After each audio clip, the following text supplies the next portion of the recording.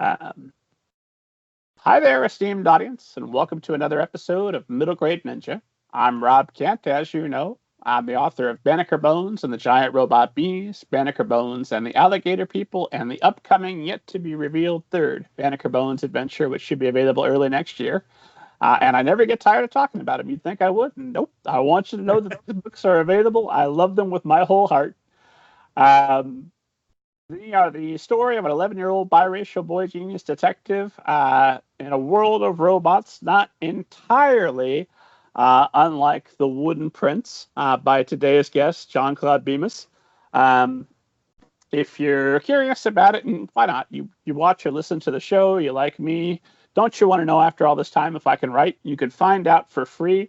The first two Bannekers are available as paperbacks and ebooks. The first book is available as an audiobook narrated by the exquisite David Radke, and the ebook for Banneker Bones and the Giant Robot Bees is free to download wherever you're watching or listening to this, wherever fine ebooks are sold. So go download your copy. When you like it and you're hooked on the series, well, come back with money for the sequels. Under the super secret pen name Robert Kent, I've written some stories for older readers, such as the young adult novel All Together Now, a Zombie Story, which is, spoiler, about zombies. And then All Right Now, a short zombie story, and the 5-volume serial novel, The Book of David, which is an absolutely crazy book to be plugging on a show about middle grade fiction, but I do it every week. So we'll keep doing it, I suppose. It's 5 chapters long. If you're curious about that, it's me doing my best Stephen King impression. You can get The Book of David, Chapter 1, as an ebook to download for free whenever you're watching or listening to this, wherever fine ebooks are sold. Coming up on the show, we have got a lot of great guests planned, as always. Although I am going to be looking to space these episodes out a little bit just because it's such a pleasure and a privilege to get to talk with these fine folks that I really want to take our time and make sure that that I'm not wearing me out and that I'm not wearing you out, esteemed audience. But coming up in the near future, we're going to be chatting with authors Mira Bartok, Francesca Zappia, Greg Millman. We're also going to be talking with some literary agents and publishing professionals. If you want to keep up to date with what's going on with the show, as always, you can keep tabs on the schedule at middlegradeninja.com. Not only that, but you can read interviews with hundreds of authors and literary agents, including today's guest, author John Claude Bemis. John, how are you today? I'm doing great. How about you, Rob?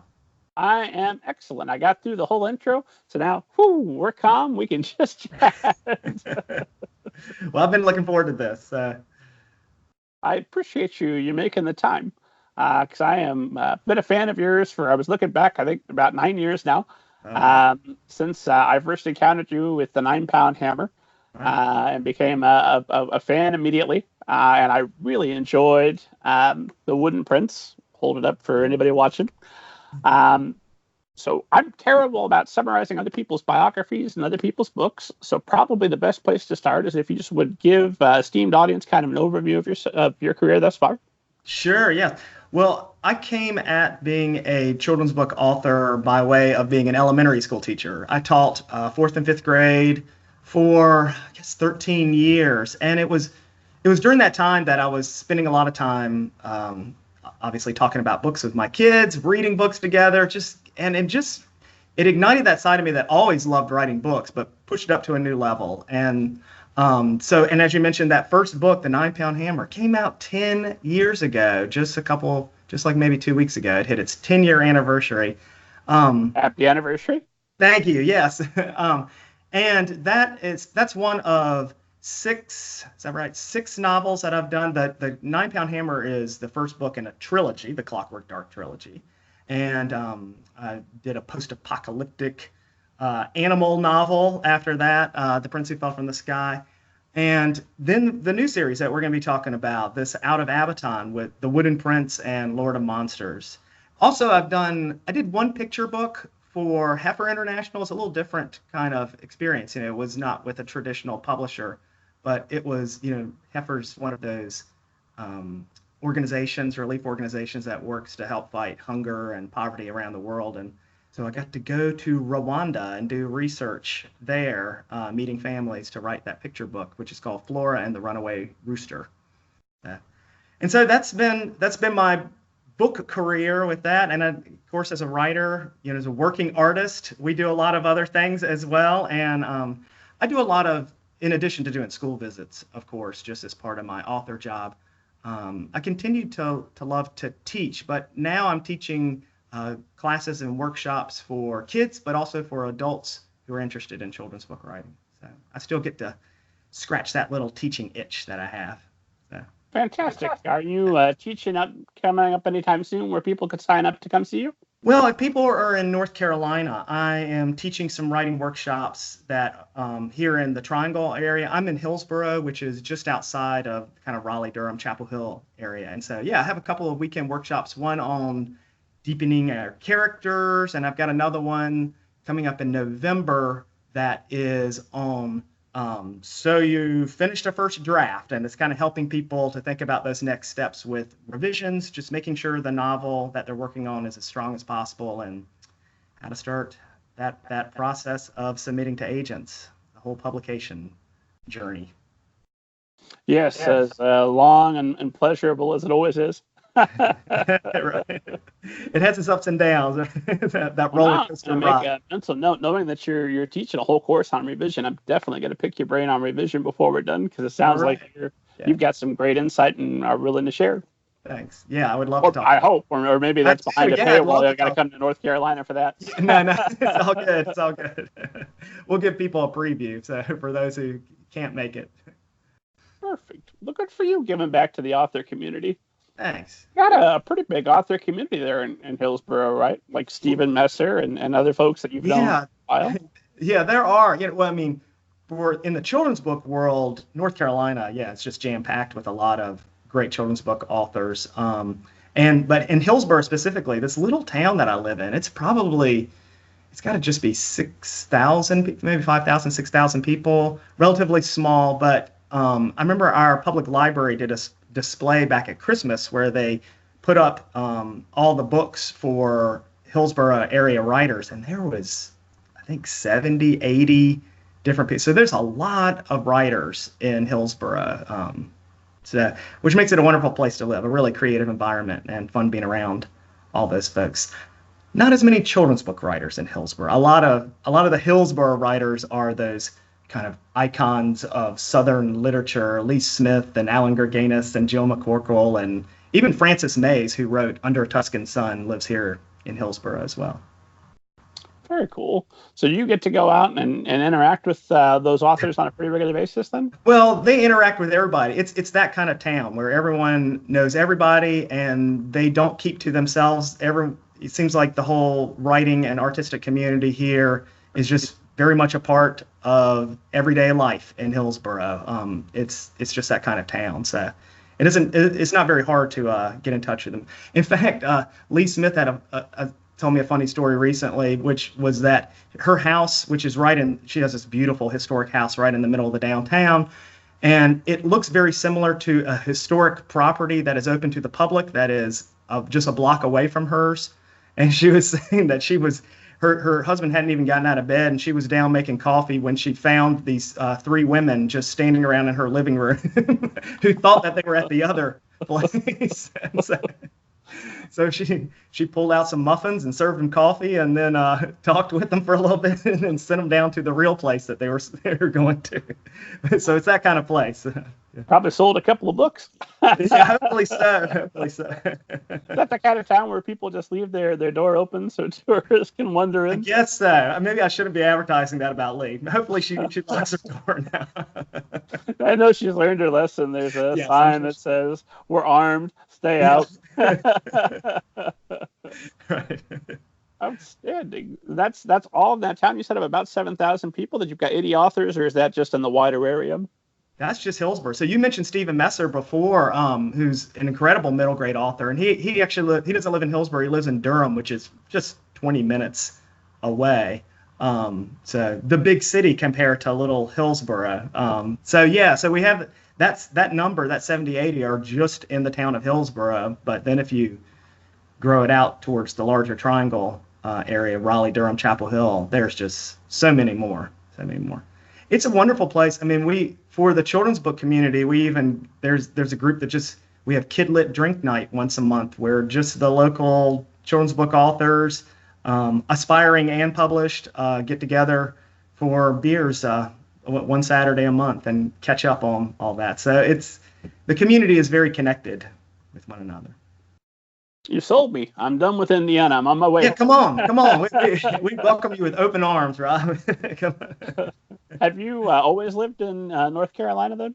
I have, yes. I grew up in the swampiest, flattest, most rural part of eastern North Carolina, which just got socked with another hurricane, as it happens down there a lot. But then I went to school at UNC Chapel Hill, and so I've been up here in the Triangle area of North Carolina now for 25 years or more. So I remember reading in your bio that you've been bitten by a snake, but not an alligator. Is that right? Yeah, that's right. Yeah, down in Pamlico County in eastern North Carolina, where I grew up, yeah, there are alligators. People see them. I've never heard of anyone getting attacked by an alligator down there. But yes, I got bit by a water moccasin when I was maybe 18 or 19. But that's par for the course.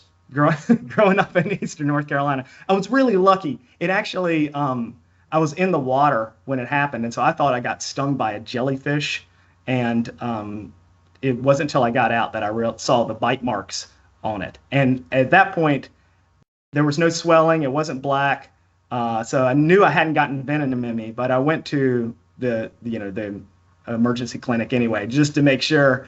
And when he measured it, he said, "Yeah, this was a water moccasin. You got bit by a big one, and you got really lucky." Which I feel lucky that I didn't see it. I think I would have been a lot more terrified if I had that image in my head of the water moccasin biting me on the legs. Could have led to a whole horror trilogy. Yeah, could have. Yeah.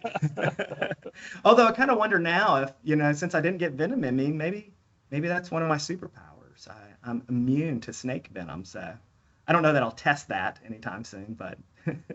Well, now that opens up the door to what other superpowers do you have, John Claude Bemis? Lots waiting to be discovered. I don't know how much to put myself in harm's way to discover what else I can do. So.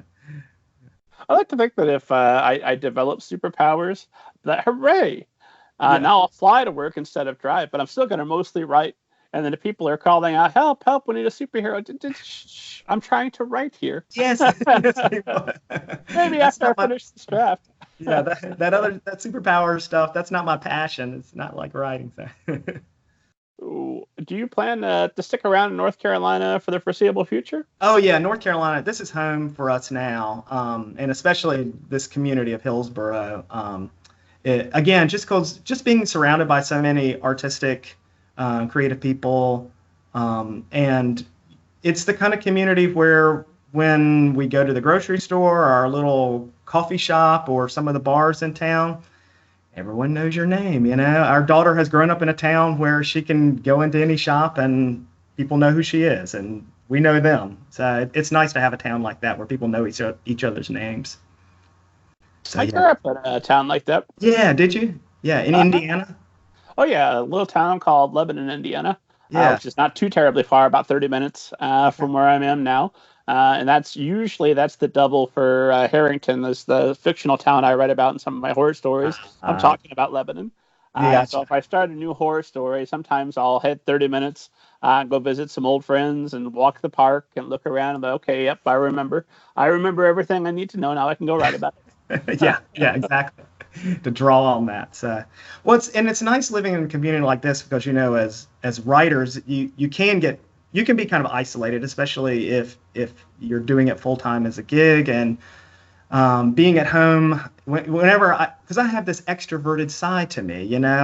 I enjoy the solitude. I love just being in my office all day, but sometimes I just need a little social interaction, and so it's very easy to just walk out the door from my house, walk into downtown Hillsborough, visit some people in the coffee shop, or grab lunch and talk to folks, and then come back and get to work. So it helps me to not be too isolated from others. That was actually one of my motivations for starting this show. So now I've got a tight-knit community of writers here in Indiana that is my critique group, and I've got friends through the Indiana Writers Center and folks that I know.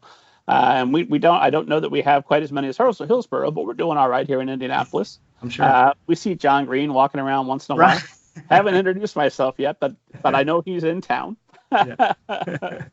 we all feel better just knowing he's here. That's right. Where was I going with that? But just this opportunity, you and I were talking before we got started. I've been doing a stay-at-home dad thing, artist, writer life for the past couple of years. And so it's so nice to just have an adult conversation. We're probably not going to discuss Daniel Tiger. It's not coming up. Right. Because it's true. You need, for most people, other people's jobs, they have the camaraderie of seeing folks every day that they can bounce around ideas off of with their work. And for us, we don't often have the easy availability. I mean, obviously we could get on the phone or email somebody, but it's not the same as just being in a workplace environment where there are lots of other people around. So we have to seek out another writer. They're probably going to say, John, I'm at work. I can't talk to you now. Yeah, that's right. Yeah. This is a bad time. Yeah. Although, nice thing about my critique group is on and off, we'll do writing sessions together where we'll Skype or FaceTime, and then we'll talk for 20 minutes about what everybody's working on. Then we break for an hour and come back for another 20 minutes. And did you do anything, or did you stare at the internet the whole time? What'd you do for that hour? Yeah. Yeah. And you're a traveler, because you get out there and you've got kind of an adventurous side, right? I've saw the photos on your site of you and the gorillas. You went to Rwanda. Right. Yeah. I love to. Yeah, I've been all over. I've been Japan, Iceland, the Central America, a lot of time in Europe. So yeah, I love travel. And I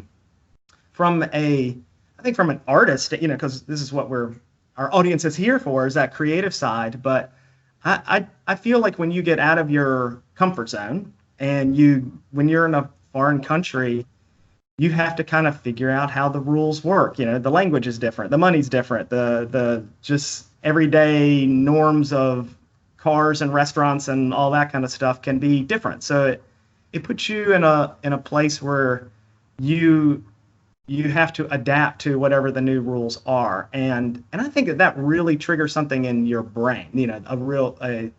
More, in other words, heightens creativity. I often find when I go on a trip like that I get a big creative bump afterwards from it. So, is that just because you're broadening your perspective of all the different ways that society can structure itself and what's possible with humanity, or what do you take away from travel?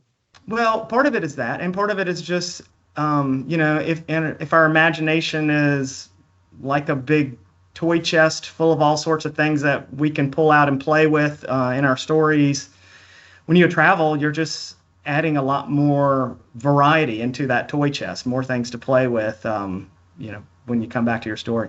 And in fact, we'll get into The Wooden Prince, but that was a story that in large part grew out of multiple trips to Italy, not where I was doing specific research, but just being over there and daydreaming as we writers often do, and just thinking a lot about what it would be like to set a story here in Italy. That helped to grow that. I don't know, in other words, that the story would have necessarily been a story I would have written if it hadn't been a place that I'd been traveling to. We talk about anything you want whenever we want. So we start with the Prince. Yeah. So what was it while you were in Italy that led you to start thinking about the Wooden Prince, or how did the story come about? Well, you know how a lot of times with story ideas, when it's in those early days where you don't yet know who the characters are, you don't really yet know what the story is yet. You just find yourself, when you have that time to be in your imagination, daydreaming, thinking about particular things. And it was, and some of the things that I think were the pieces that at first didn't seem like they fit together, but started to come together into this idea for the Wooden Prince were, when I travel, I often like to read nonfiction about a place. And one thing I mean, Italy is interesting just because I like the Renaissance and some of Da Vinci. You see a lot of, obviously, Da Vinci art and architecture and sculpture over there. But it was on one of those trips that I'd been again reading a little bit about like Da Vinci's designs. You know, a lot of those things that the strange tanks and flying machines and things that he was never able to build for the most part.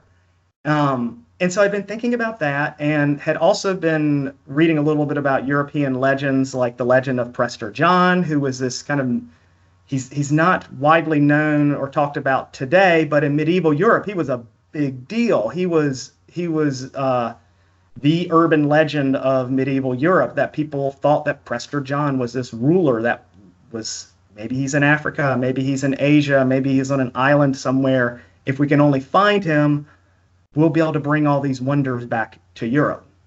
And so it was some of those various things, but then ultimately, when you're in Italy, Pinocchio is on everything. I mean, he's on every postcard, he's on t-shirts, you know, every little tourist shop has Pinocchio on it. And the idea just finally came together of, I would like to take the Pinocchio story and retell it in a world where Prester John has been discovered, that his wonders have been brought in almost the way the Silk Road brought in a lot of things from Asia, introduced a lot of Asian things into Italy. And but here we have all these other wonders that have been introduced, and people like Leonardo da Vinci are able to actually build some of their strange machines. And so I saw that you had mentioned in one of the emails about the Davinci-Punk. Yeah, I saw you calling the book that. I thought, oh my gosh, what a wonderful new genre that you've invented. Yeah, because with the 9-pound hammer, I love some steampunk, but this world of the Wooden Prince is one that is even there's not even steam technology here. So it's all Davinci-Punk. It's all like that kind of more medieval and Renaissance technology that has been modified for magical purposes. But I guess maybe I should tell our readers just the basics of what the Wooden Prince is about, because it is a reimagining of the Pinocchio story. And I did want to ask you, did you start with Pinocchio, or did you start with, this is a wonderful world, why don't I put Pinocchio in it? I started with the world, first of all. I had been wanting to do something again. I just have been fascinated with this idea of Prester John. The kind of what if of history. The what if Prester John had been real? What if explorers had to discovered this magical kingdom that was within our historical world, and how it might have sent history in a different direction? I like those kind of plays where I love a good magical world like Narnia or Middle Earth that is just entirely its own thing. But there's something that I like also about taking the historical and factual aspects of culture and history, and then playing with that what if aspect of where it might have gone differently given certain circumstances. So it was that world first. It was imagining the world before. The Pinocchio thing was only something later. I had actually been thinking of another idea to do with Pinocchio, more of a sci-fi kind of approach to a Pinocchio, but then I just realized I kept coming back to that Steven Spielberg AI movie, which was pretty much Pinocchio retold in science fiction form. So the most depressing possible version. Yeah, that was such a downer of an ending, wasn't it? I do love that movie, though, oddly enough. But I love it. After several repeat viewings, yes. And I took a class on the films of Stanley Kubrick that gave me a better appreciation for, like, oh, I see what you're doing. Because I went and expected, okay, it's E.T., but with a robot. And that's not what I got. No, it's a downer. It's a real downer. But I've been fascinated. I mean, Pinocchio, in a way, as a kind of archetypal character, this figure of Pinocchio, I think is just interesting, because in that way that often sci-fi readers love the idea of robots and artificial intelligence, because it kind of gives us that possibility of what does it mean to be human? What does it mean to be alive in the world? And by watching a robot or AI wrestle with that, it gives a kind of interesting window into it. Pinocchio, in a way, does the same thing. I mean, in the original story, he's a wooden puppet who is just kind of awakening and coming to life in the world and trying to figure out what friendships are, what family is. And at least the original story didn't do quite as much with that, but that was more what I wanted to see of the Pinocchio story, to make my Pinocchio not a little toy robot. Not a robot, but not a little wooden puppet, but to have it in this world where, because of Leonardo da Vinci kind of technology, they are building these mechanical servants and soldiers called automa that are all across this empire where the story is set. And Pinocchio is just one of them. But the thing that makes him special is that, as the story opens, these automa don't normally think for themselves. They just do what they're told. They don't feel anything. They don't wonder about things. And here we have Pinocchio mysteriously one day starting to ask questions, starting to wonder, starting to feel emotions that he's never felt before, emotions that no automa really should be feeling. So it was a fun opportunity to play with that character, the newness. Because I often think about, maybe it's the classroom teacher in me, or maybe this is at the heart of why I love children's literature so much, is that I'm just quite fascinated with childhood in general, the transformation that we make across that period of childhood. And I don't remember a specific moment from my childhood, but I do remember little moments of feeling like I was awakening to what it was like to be alive. That little moment when you're a kid where all of a sudden you realize, I'm not going to be a kid forever. I'm going to actually be a grown-up one day like my parents. And starting to, that kind of, it seems kind of silly in a way, but it's also can be a revelation for a kid, that, oh yeah, it should be so obvious, but I really am going to be a grown. What is that going to be like? And those little moments, in other words, feel like awakenings for children. And so I wanted Pinocchio to reflect that, but it's all kind of compressed for him into the span of a couple of weeks as the story goes. So. That makes perfect sense now that you say that, because that is very much what the Pinocchio story has always been about, and certainly what your version of Right. Pinocchio is about. Where to start with this book? I love what you did with Geppetto, because all the touch points are there. There's a cricket. Not to worry, esteemed audience, you're going to get it. You get your cricket, you get your blue fairy, you get your getting swallowed by not a whale, but a sea monster, right? A whale-ish. Yes. But right away, like, Geppetto was always, at least in my touch point, of course, although I've read a couple of different versions of Pinocchio, has always been the Disney cartoon, which I feel, and in fact, I saw a picture of your office where you've got a picture of the Disney Pinocchio, at least when the picture was taken. Yeah. You had it framed above your desk. Yes. Did you have that in your mind as your version of Pinocchio prior to Italy, or what was your version going in? Well, I think that I will admit, I didn't particularly love Pinocchio. I didn't love that Disney movie. I think that Walt Disney did some brilliant things with the movie. In the original Carlo Collodi story, the cricket is not Jiminy Cricket, but he's just called the Talking Cricket. And Pinocchio smashes him in like one of the first chapters with a hammer and kills him.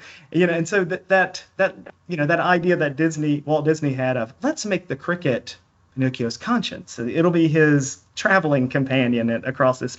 So some of those things were really smart, but in general, I didn't love the way the Disney movie and a lot of the originals, like the Carlo Collodi, were a little preachy to kids. A little bit of this, like, don't be a naughty kid, don't be a bad boy, listen to your parents, don't lie. And that's something that just always rubbed me wrong about the story. And so I felt like, well, if Walt Disney can update the original Carlo Collodi story and take it wherever he wants, I'm going to do it as well. And you just don't see. I think there's a reason that you don't see Pinocchio so much in younger readers aren't reading the story today of the original Pinocchio in the same way that they read Peter Pan. Peter Pan and Alice in Wonderland. They have really kind of held up in a lot of ways, and I think there's a reason that the Pinocchio story has not held up. It was time for a modern update, in my opinion. Well, I do love the idea of, oh, look, that cricket is talking. Smash! Yeah, it's kind of funny actually. It's shocking if you're thinking of Jiminy Crickets. Just these are immediate questions about that world. Are talking crickets abundant? Can you go and get another one? Yeah, and that was part of what was fun for me was to try to answer. In the original one, yeah, they have talking crickets. They have the fox and the cat who walk on their hind legs and wear clothes, and it just has that kind of fairy tale quality in the original. And I wanted to take that and do that little more epic fantasy thing of the world building behind it to explain, why do we have a talking cricket in this world? Why do we have a fox and a cat who actually, are kind of anthropomorphized like humans? And here, that's where I got to play on that Prester John thing, that all of these creatures have been introduced into this Renaissance Italy by way of his kingdom. Brought in. And there's a lot of detailed explanation. I felt by the time I got to the end that if this were offered, I could go and take a master's class on designing automata and transmutation. And by God, I could be a Geppetto if only I had the technology available. Yeah. I didn't want to talk to you about world building, but I just wanted to compliment you, Geppetto, because Geppetto was always, at least from the Disney cartoon, was the problematic character for me. Because he's not good at being Geppetto. Like, he makes the puppet and he's sad and he's like, oh, I wish I had a real boy. And then the blue fairy comes, makes him a real boy. And then the first thing he does is like, well, time for school. Get out of here. Yeah. And then when he finds out his little boy that he's wished for is lost, he's like, well, I guess the only place he could be is the sea. That's where I'll go check. And the logic is off, isn't it? Whereas this Geppetto, you can imagine what his life is like if Pinocchio never comes into it. He's got a fairly tragic backstory. I don't know how spoilery we want to get. That's okay, yeah. But he's a spy. He's in motion. He's risking himself, risking prison at every turn. That's right. Has made Geppetto one of my least favorite characters in children's literature. Genuinely compelling through your retelling. Good, thank you. Yeah, it was fun to make him, this fugitive on the run, and to have more of a reason that he might feel conflicted about, could Pinocchio be a child to him? Could he be a parent to this Ultima, this little wooden boy, having gone through the loss of the tragic loss of his own family. But thanks. Yeah, he was a fun character to play with, and to tease that out a little bit more, because in the original, the Geppetto he wants a son. He just wants a little boy, and this one, he's not quite motivated in that same way. So it's the getting to that point is a little more of a challenge for both Geppetto and Pinocchio. The original Geppetto, if I'm the adoption board in my mind, has wrote deny. No, it's not a suitable father. Sure. Yeah, I'm not sure this Geppetto would get approved either, but he's got plenty of flaws of his own. That's true. Although I love the moment without getting too deep or spoiler, because he's Pinocchio is coming about and understanding what is life, what am I. He's Geppetto gives him a little speech about all of life is precious. This is the difference between us and the Automatos. We're human beings are transmuted of the spiritual beings that contain us, and that is sacred.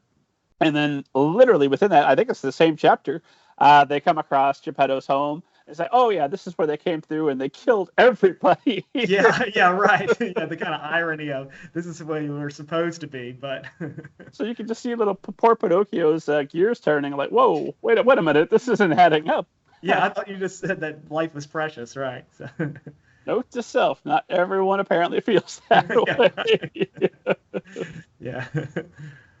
So how long does a project like this, which does include an incredible amount of world building, in fact, you've got a glossary in the back of just all the terms that you're keeping track of for the reader. How long does a project like this take you to write? It's hard to say because in some ways, a lot of those little pieces that I was putting together in my imagination that was probably a couple of years. I would say at least 2 years of just starting with that, doing some of that world building and I would make notes. I have notebooks and documents on my computer where when I would think of new ideas, I would kind of add them into the mix and refine what the rules of the world were supposed to be, and then eventually settling in on the character and the plot and where I want the story to go. I am one who I do outline, but it's more of, to me, it feels that the process of creating a story is just building it in my imagination and then starting to give it structure. You can, as you well know, Rob, it's hard to hold all those ideas for the story in your head. And so I do a lot of the organizing, the plotting, I guess, in advance is a way of just trying to organize the different pieces that I'm thinking about for the story.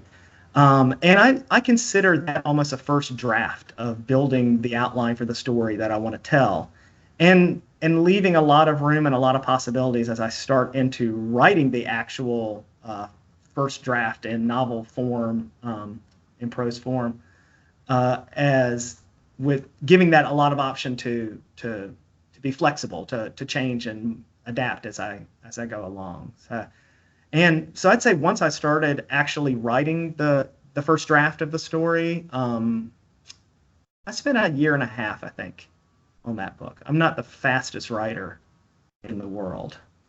So, and I would say that's pretty typical for my books. The 9-Pound Hammer, I spent 3.5 years getting that one together. Of course, that was my first novel that really earned. I mean, I'd written some bad novels in the past that I hope will never see the light of day, but that was the first one that felt like my skills were coming together on it. So, so it's often more than a year of working on a story of a draft before I even turn my attention to revisions and sharing it with others for feedback. So how detailed an outline are we talking about? How long is that usually, and how much is in there? It varies from book to book. I feel like every time I start a new book, it's like I forget what I did last time. It's like, how do you create a story? I forgot what I did before. So each one is a little bit different. I'm trying to think of, lately I've been, my outlines have been almost like long synopsis of the story, where I'll just kind of write it out. But I feel like the Pinocchio story was one that I organized at that time a little bit more on the big turning points for the story. Actually, I know that that's how it was because I was using the original framework.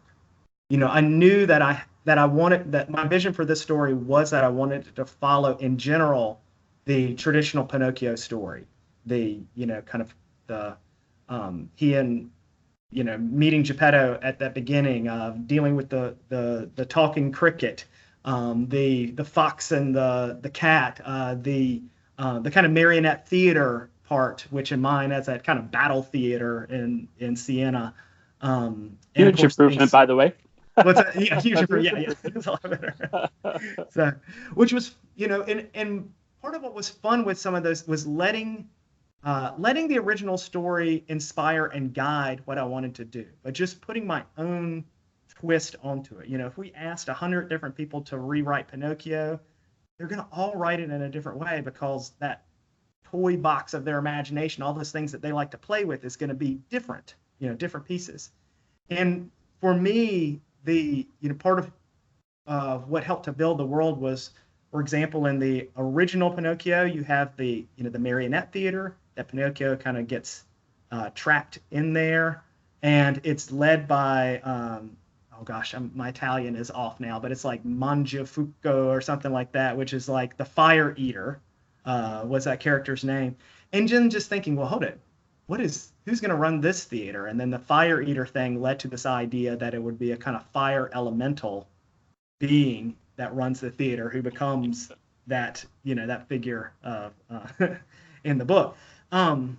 So in other words, a lot of what guided the original story and building the outline were those main characters from the original, the turning points, and thinking of how I wanted to do maybe something a little bit different thematically with those, and the way the story arced to Pinocchio coming to be aware of what it is to be alive in the world, to feel love and friendship. And so by the time you get to book 2, do you feel a little bit more free that you've done the service to the original Pinocchio, and now you can kind of, it's Bemis time, baby. You can do whatever you want, right? Yeah, that was what was fun. And that's what made writing the second book so different, was because there was no source material. There was no kind of original story that I, for better or worse, had to follow. And so, yeah, it was just kind of imagining, where do I want my heroes to go next? What sort of adventures do I want them to have? And for it to be something that allows Pinocchio to continue to grow and evolve as a character. That could be one of the challenges in writing a series in general, is where do you take your character next? I mean, you can always just write a sequel where more stuff happens, but that stuff needs to be meaningful to the character's evolution, to the way that they are, like we all are, evolving and learning and growing. So. It's just hoping by killing one of the beloved main characters, and like, now the book is about dealing with this loss. There you go. Right. Yeah, that'll do it. At what point did you know that Disney Hyperion was gonna pick this up? I'm assuming well after it was written, right?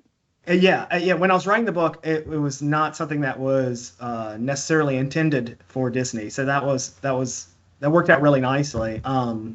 Because at this point, the Pinocchio is in the public domain, just like Peter Pan or Alice in Wonderland. Anyone can write a Pinocchio story at this point, and Disney didn't own it. I mean, because it wasn't like working with, I couldn't have written a Frozen, book with that kind of thing, because that's intellectual property that definitely belongs to Disney.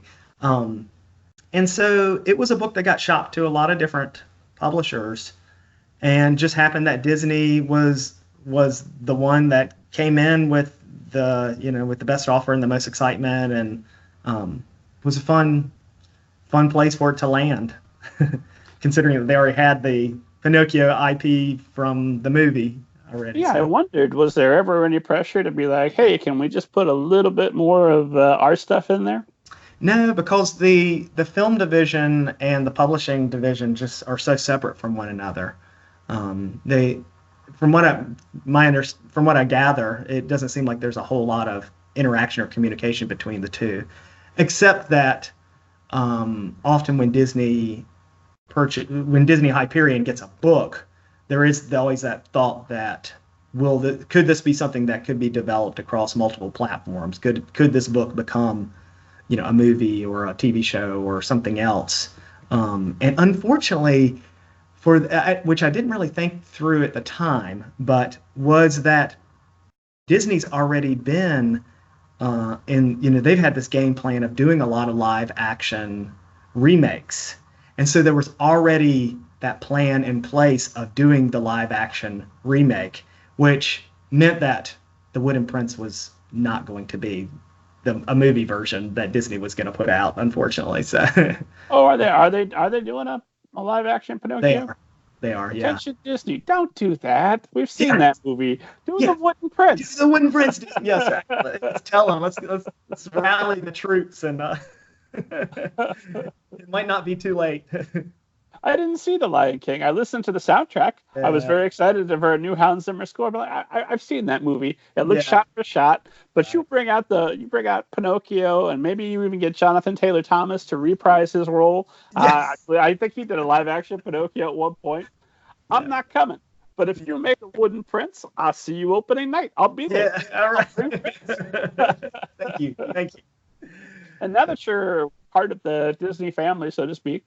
Does that allow you to use their IP? Can you do Avengers versus Star Wars? Can that be your next book? Oh no, there hasn't been any discussion on that. So yeah, there's plenty of other people clamoring for those projects, and I'm happy to have them as a reader. But I'll admit that after doing the Wooden Prince, kind of dealing with an existing storyline, I was ready just to for some of the next projects to work on something that was purely my own, that was not something that was a retelling or a reimagining of anything else. And so, yeah, let the Star Wars novels go to somebody else who's an even bigger fan than I am. So. When we chatted with Daniel Jose Older, he talked about he wrote a book to tie him to the Solo movie. Nice. He went to Lucasfilm, and he had to sit there with the screenplay with a guard sitting across from him, watching him read it carefully. But that sounds both amazing, but also a little bit limiting. Yeah. Because if you want to kill Lando halfway through, you can't do it. You can't do it. That must be a satisfying twist. Right. Right. With what other questions that I wanted to ask you? I wanted to ask you a little bit more about Italy, because you said that that's the one place outside of Hillsborough that you might consider moving to.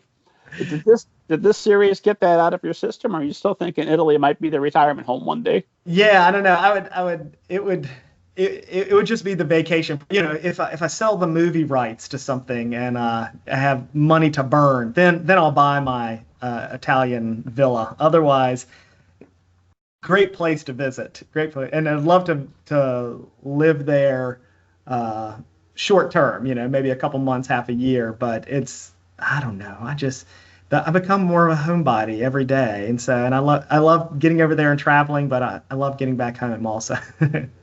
But yeah, we do continue to. My wife has family in northern Italy, and so we have some relatives of hers that have been fun to connect with, and they live outside of Venice.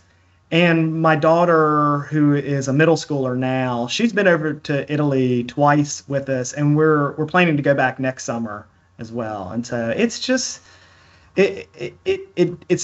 to me, it's the way I like to travel. I don't like to do a bunch of museums and hit the big sites with all the other tourists. I love just going into a little sleepy Italian village and wandering around and getting a cup of coffee and sitting lazily in the cafe in the square, and that's the way my wife and daughter are too. We just kind of enjoy soaking up the culture in that way. So they make good travel companions, and Italy is a good place for doing a lot of that because there are endless little villages that are so charming and fun to visit. And probably endless cafes as well, right? Endless cafes. So, what does your typical writing day look like at this point? Now that you're no longer teaching, you're the John Claude Bemis. By golly, you get an idea. You say, "Hey, Disney, cancel what you got going. We're doing this now." I'm sorry. I wish it worked that way, Rob, but no, I'm not there. I'm no Rick Riordan. You're not a whiz. Because I don't think Rick Riordan could do that either. Right. Yeah. So my writing day is such that very typically I'm taking my daughter to school. I'm back at the house, a little bit after 8 o'clock in the morning. I head up here. I'm in my upstairs office, and I'm working on projects. I'm for the most part trying to not check email, not getting on social media, just saving all that for later, starting my day in that creative space. I often find too that I don't like too much caffeine in the morning. I tend to wait and have my first cup of coffee about 10 o'clock so that I can start still a little tired. To me, being a little tired keeps me a little closer to that dreamy, imaginative place and helps me to gather the ideas that I want for the day. And I might go for a walk first thing in the morning before I head up here to the office if I need to think out a little bit so that I don't start the day with writer's block.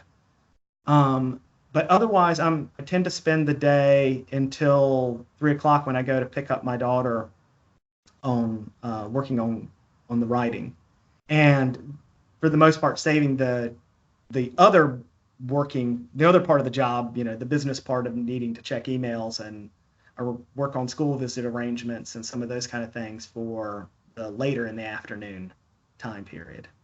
That's after your daughter is home and yeah, she's doing homework and level of concentration. Yeah, and before I have to go start dinner or something, I mean, writing until 3 o'clock or trying to stay focused on what I'm doing.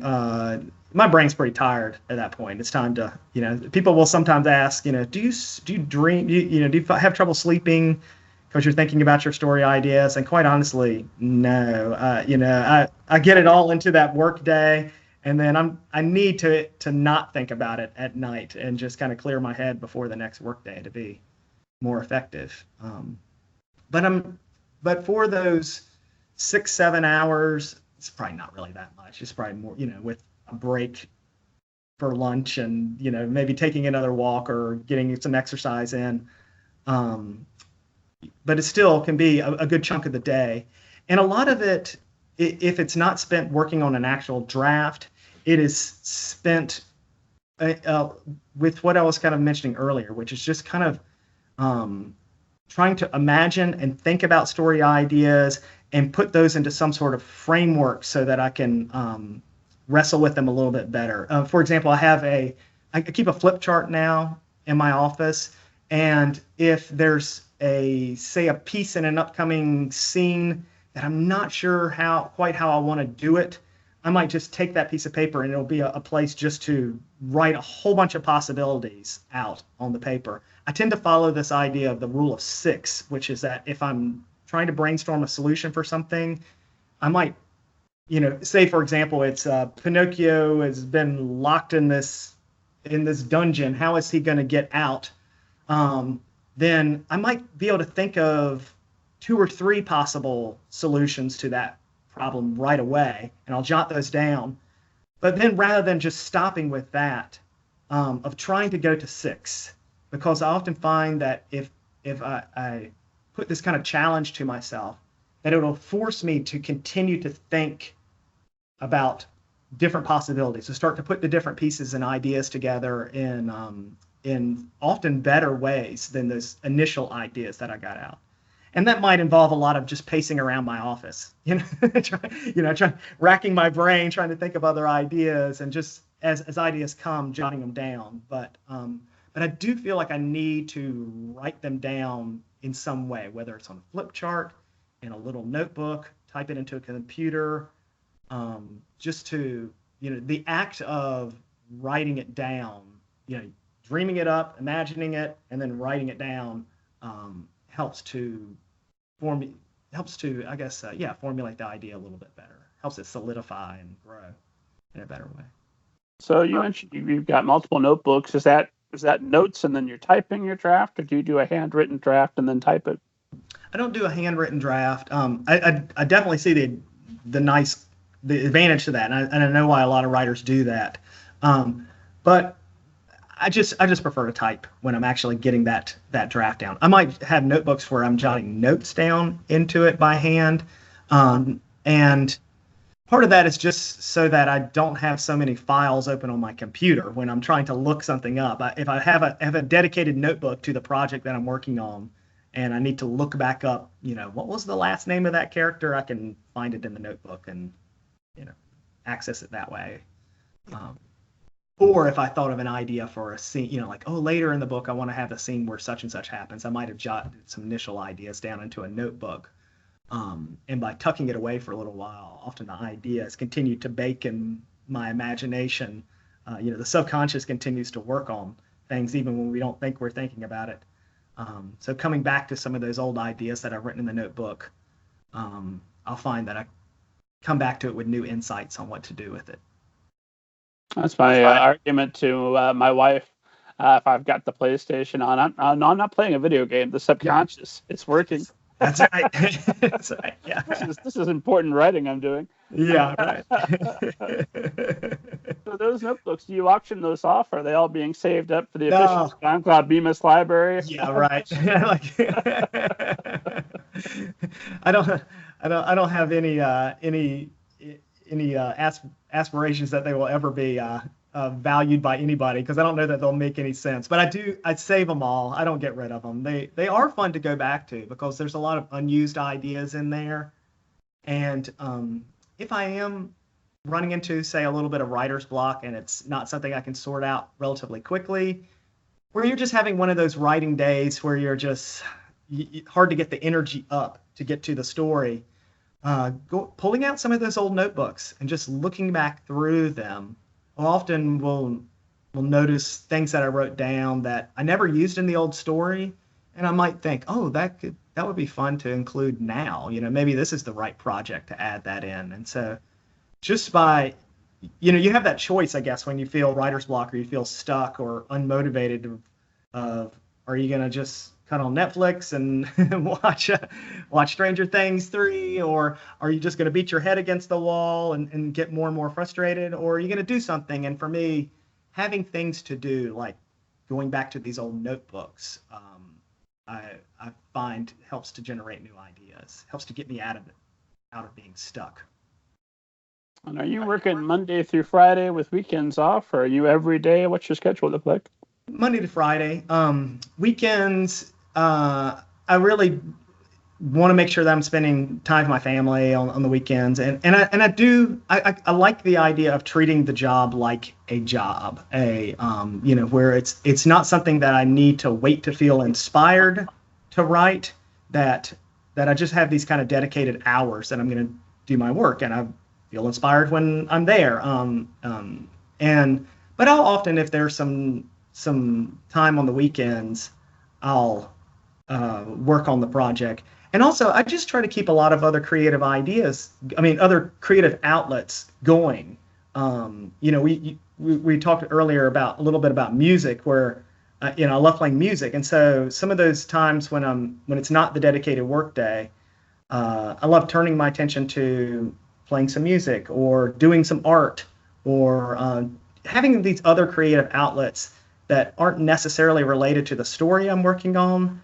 But I find that there's some cross-pollination that goes on. There's some maybe activating different parts of the brain by doing that exercises the imagination in a way so that it helps me when I come back to my story. Is there a lot of overlap between playing music and doing art and writing? Not so much.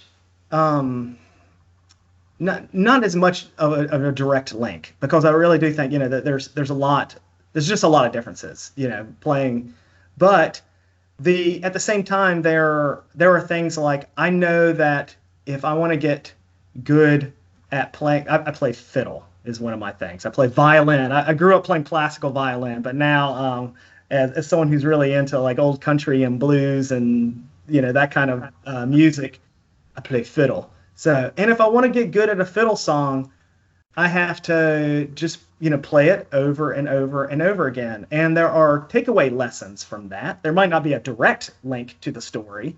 And honestly, I can't play the fiddle and think about a story, let my imagination float in that direction. It's going to be held on the music.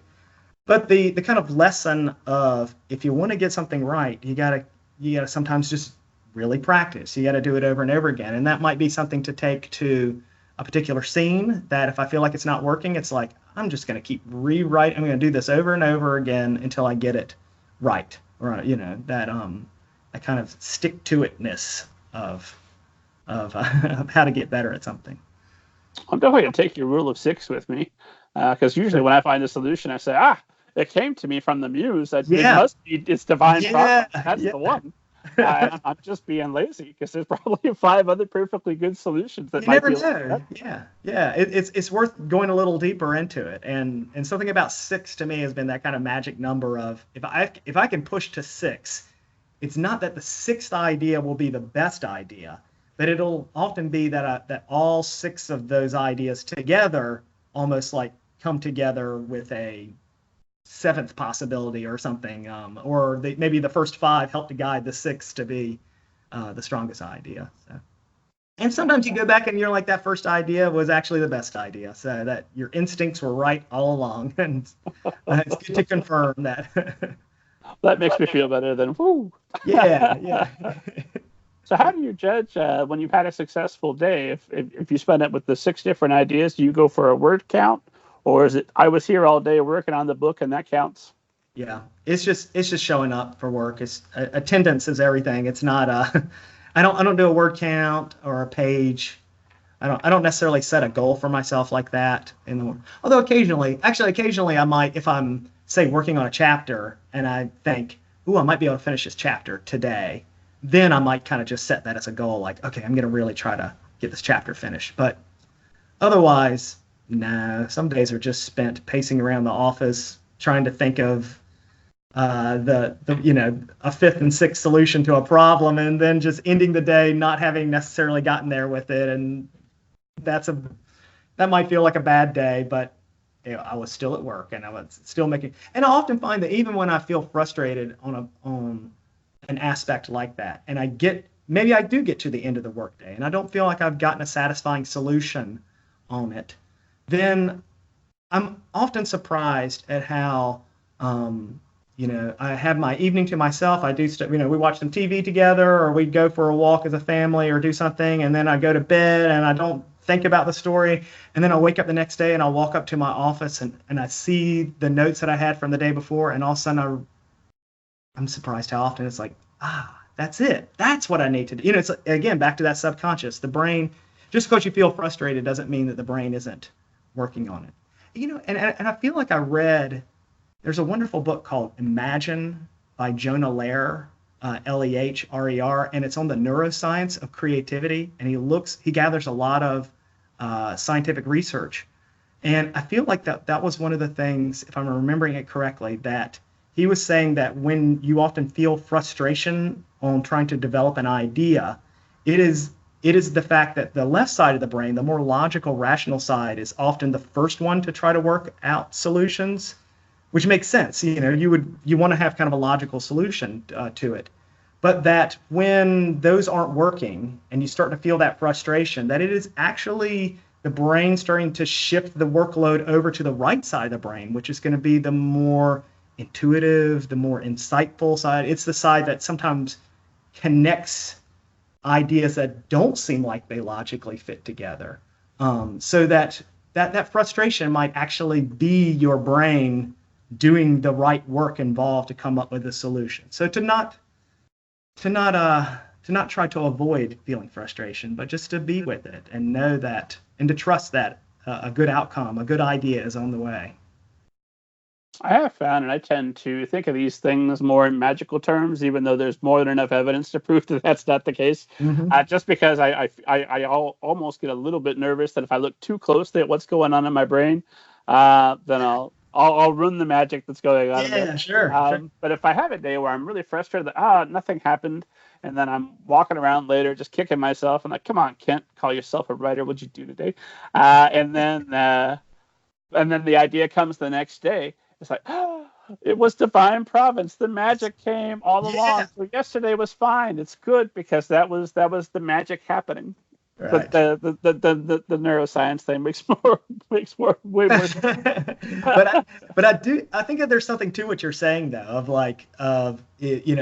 that it can looking behind the curtain too much can spoil some of the effect that that kind of that belief, that almost like magical thinking kind of thing has a great role too. I think it helps us to be more intuitive about things and a little less logical. And what is creativity if not intuition often? Having to go with your gut. I think part of it might be that I read The Art of Fiction by Ayn Rand forever ago, and I always called it "We have ways of making you right" because Ayn Rand is this great villain in my mind, and rightfully so. Yeah, for sure. I always, whenever I trash Ayn Rand, I always give her credit. That what an excellent novelist, what an excellent arguer, essayist, might be a better term, and good for her being a woman in the time that she was and standing up and saying, "You will listen to me, world." Good for Ayn Rand. She gets credit for all of that. Unfortunately, her idea is just terrible. Don't try to apply them. Alan Greenspan, why did you take her serious? What'd you do? But she has a whole section in her book about it's the subconscious mind working problems out. And as soon as I read that, I was like, ooh, that makes a lot of sense. But Mhm. do I want to be the sort of person that agrees with Ayn Rand? Yeah. That's part of my prejudice against the idea. Yeah. uh, and I wanted to ask you a little bit more just about your music. Anybody watching, listening can, on your YouTube channel right now, go and listen to a wonderful rendition of you singing. I got no strings. That, yeah. So when I heard it, I wondered, one, if you sang that while you were working on the Wooden Prince, and two, if you ever did it in the Ultron voice. I would love to hear that. I'm gonna go back and try it in the Ultron voice. That would be really cool. So, yeah, no. Again, I didn't that in a lot of ways in writing the Wooden Prince, I tried to make it as not like the Disney movie as possible, you know.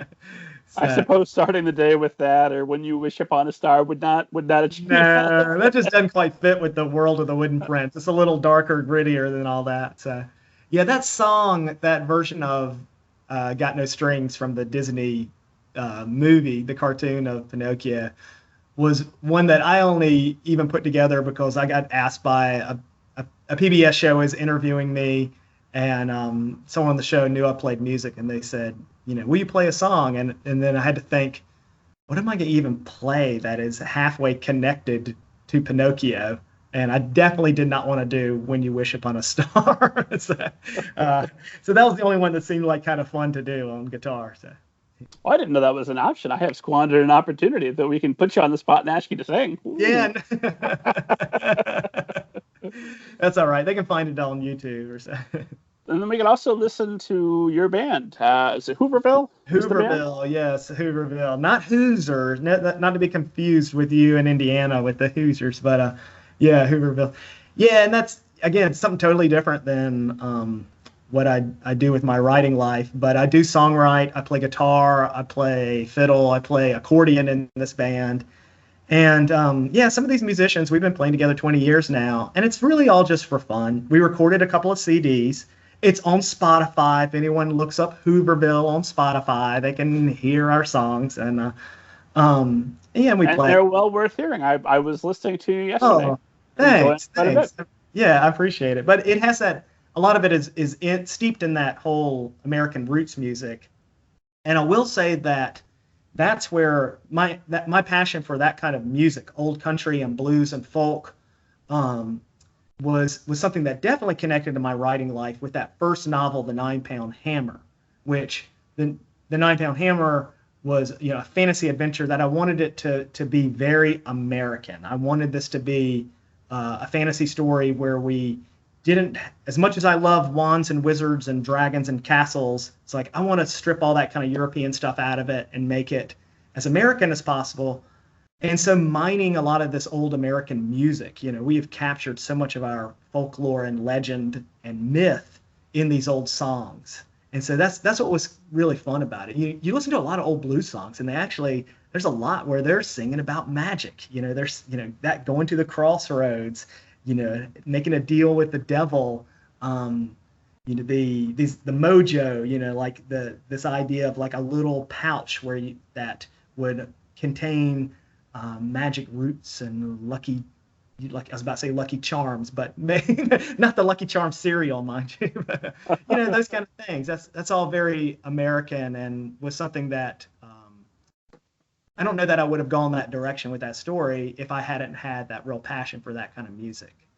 And so that's what I always love when a writer has a very particular, maybe quirky passion or interest, and they might think there's no way I'm going to be able to pull this into a story for young readers, but you absolutely can. I mean, if I could take old blues and country music, which most kids would put their hands over their ears if they heard anyone playing it, but then somehow mine that to turn it into something that was fantasy and magic adventures and stuff like that. I think that we're often full of all sorts of these interests that we have, that they fill that toy chest of the imagination. It's all just stuff to play with in your stories, more content, more possibilities for ideas and directions. There you Which go. is great, because otherwise all you get is books about other books. Yeah, who wants that? Right. Yeah. But Yeah. everything. Yeah. Yeah. And you're, I mean, creatively, you do a little bit of everything. I mean, I read that you were originally an art history major. Yeah, but you know what? That's because I was an elementary education major also. And here's how sexist it was at the time. Not sexist towards men, but I think that towards women because because elementary education is largely female. You know, I was real when I went through the program at UNC Chapel Hill. I was the only man in the elementary education program, and at the time, the university said, well, elementary education, you can't just have that as your major. It's not a real enough degree. And so we were required to have a What second year was major. this? This is 90. I graduated 95. It's Not changed. It has changed since then. 1907. What is this? But can you believe that? Like even that kind of sexism back in the 90s around something that is, you know, predominantly women in that field. So I had to pick another major, and if I was going to pick another major, I knew I was going to go into teaching. It was just something that I felt really called to do. So I thought, well, when you're at a university and you want a good liberal arts education, it's good just to try a lot of different things out. That was one of the things that I enjoyed about being at the university was getting to take philosophy classes and religion classes and things that you might not normally take a deep dive into otherwise. And art history did a great job of kind of pulling all that together. Art history is this cool major that you're not just talking about Rembrandt and Picasso, but there's a lot of classes that were classes on things like Japanese tea ceremonies or masks in non-Western cultural traditions. You know, you got to just kind of take being offered in the same university that said elementary education is for the ladies only in 1995.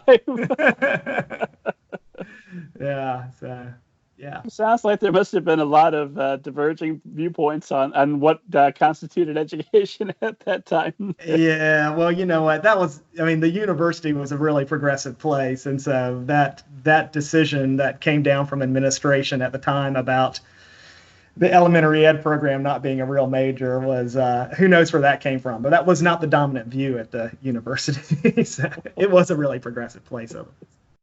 Well, I, of course, can laugh because I'm in the liberal bastion that is Indiana. Yeah.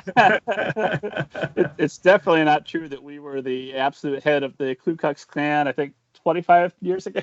Yeah, right. And Indiana and North Carolina, where I am, we both have had Klan appearances in the past month. So, oh, my. Yeah, I don't know if you heard that, but Indiana, yeah. And for both of them. Here, I didn't know. Well, yeah, North Carolina. That's where Charlottesville is, of course. No.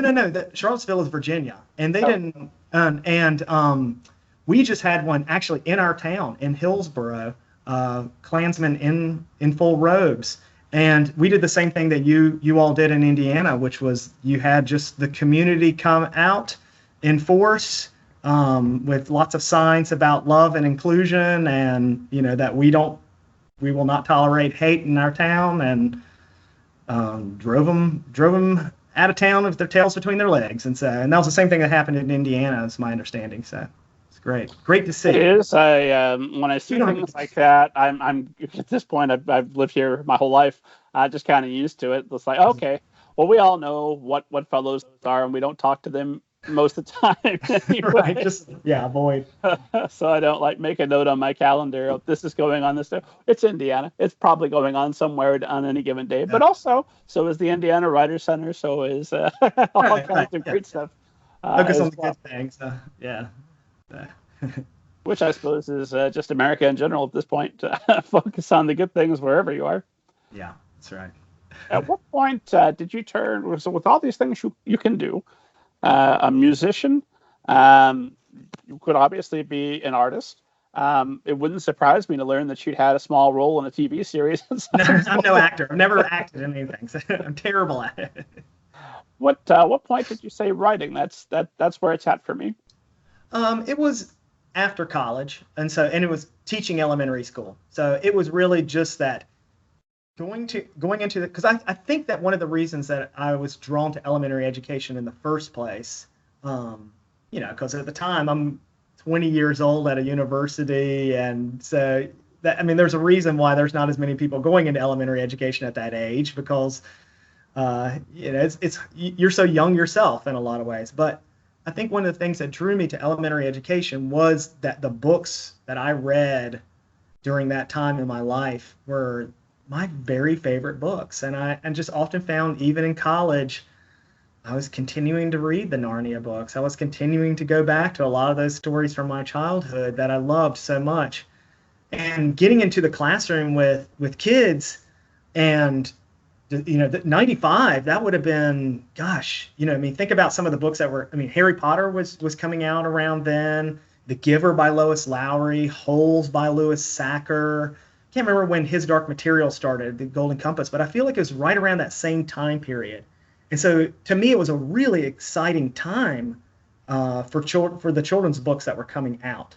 And to go every day to a job where I was getting to teach these kind of books to kids, to talk deeply about it. The kids at that age, they're super excited about the books. Like they want to, at fourth and fifth grade, they're excited to be at school, excited to talk about, nerd out on all this kind of stuff. And so was I. So it just filled me with a lot of excitement and energy that I brought home after school. And my original practice was that I would come home every day, which was elementary school. So the kids are often on the bus and heading home by 3 o'clock. So I didn't have any clubs that I had to, there wasn't, a coach or anything, because it's elementary school. So I could be home by 3:30, wouldn't even change clothes. I'd just get a cup of tea or something, head straight to my computer, and I didn't have kids at the time either, because I was just in my 20s. And that was my time every single day that I looked forward to, during the school day. As much as I enjoyed teaching, I would often look forward to that as a reward at the end of the day, was coming home and getting to just write. And, did that for so many years, 10, 15 years of, well, maybe not 15, because I taught for 13 before the 9-pound hammer came out and I left the classroom. But it was committing to that practice and trying to do it every single day that helped enormously. So how many hours are you pulling after a full day of teaching at that point? Even just an hour or hour and a half, that's often all it was.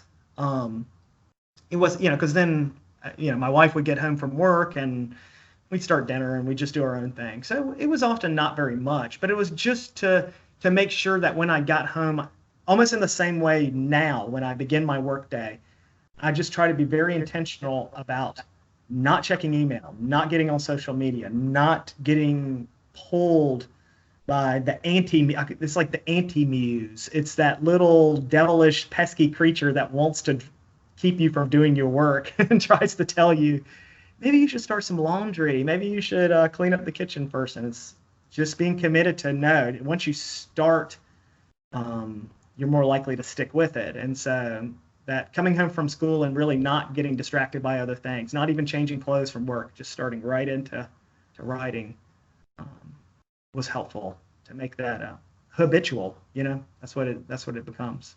It becomes an everyday habit, and it doesn't feel right if you don't do it. So, of course, at this point, you have to have, and you do maintain your website and some sort of social media presence.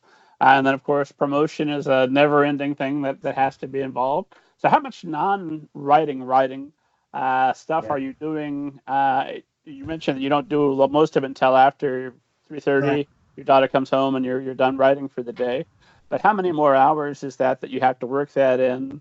And what are you finding most effective?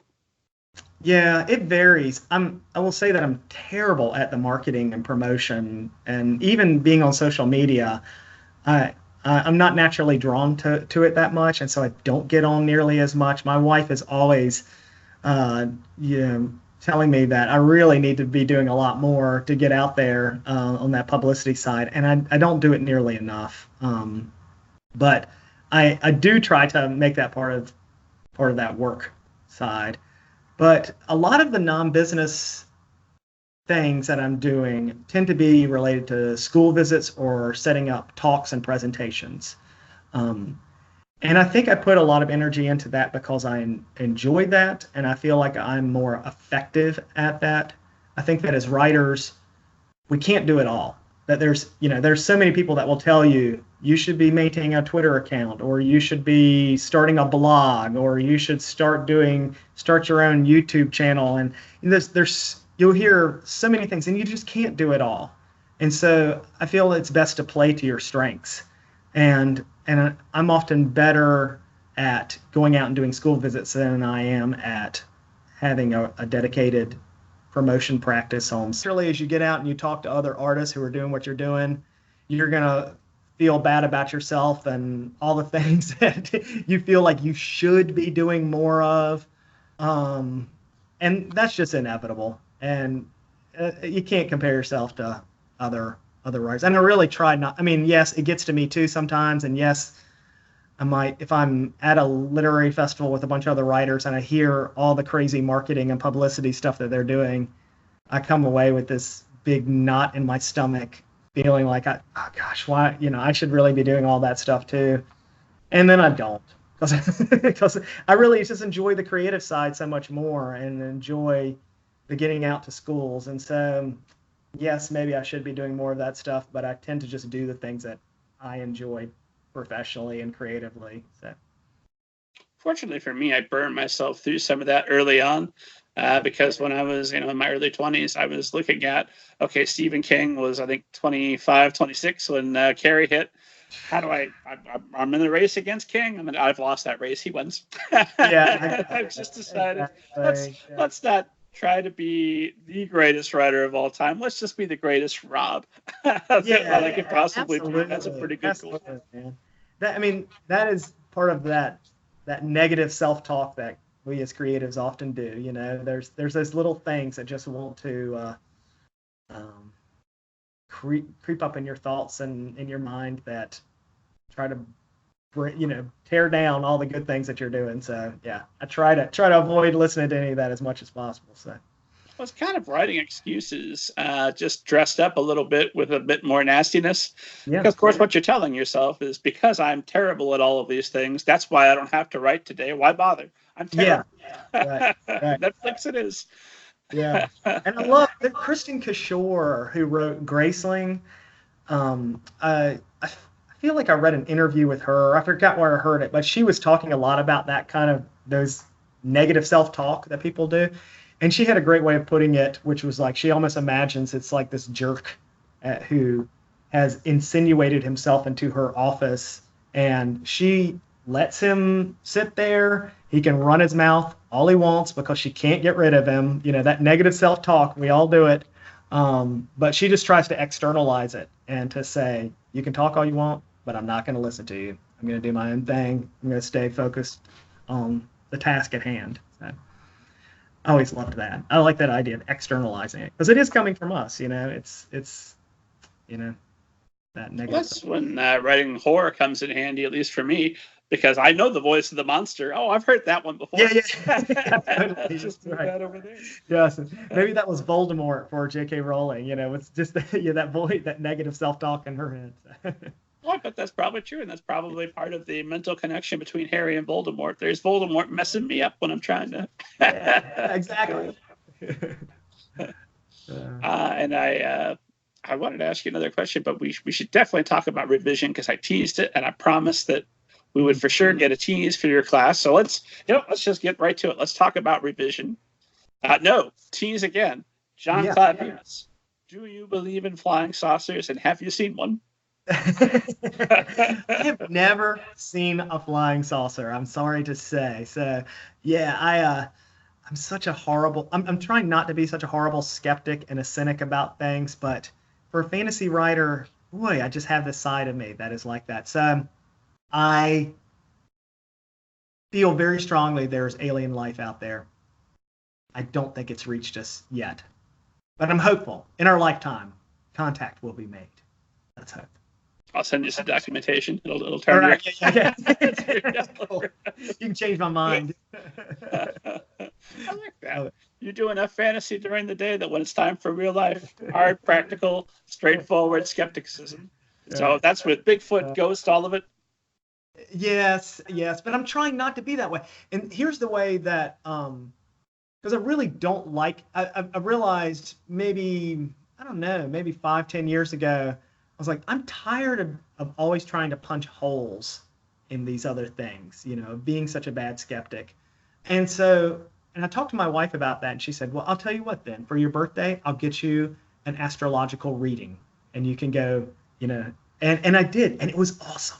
It was really great. And since then, I've been trying to get more into some of those kind of things. I've been learning tarot card reading. I'm starting to develop a way of like casting, like there's casting bones for divination, but casting various objects, and just so that's part of my practice, to be less skeptical, less cynical.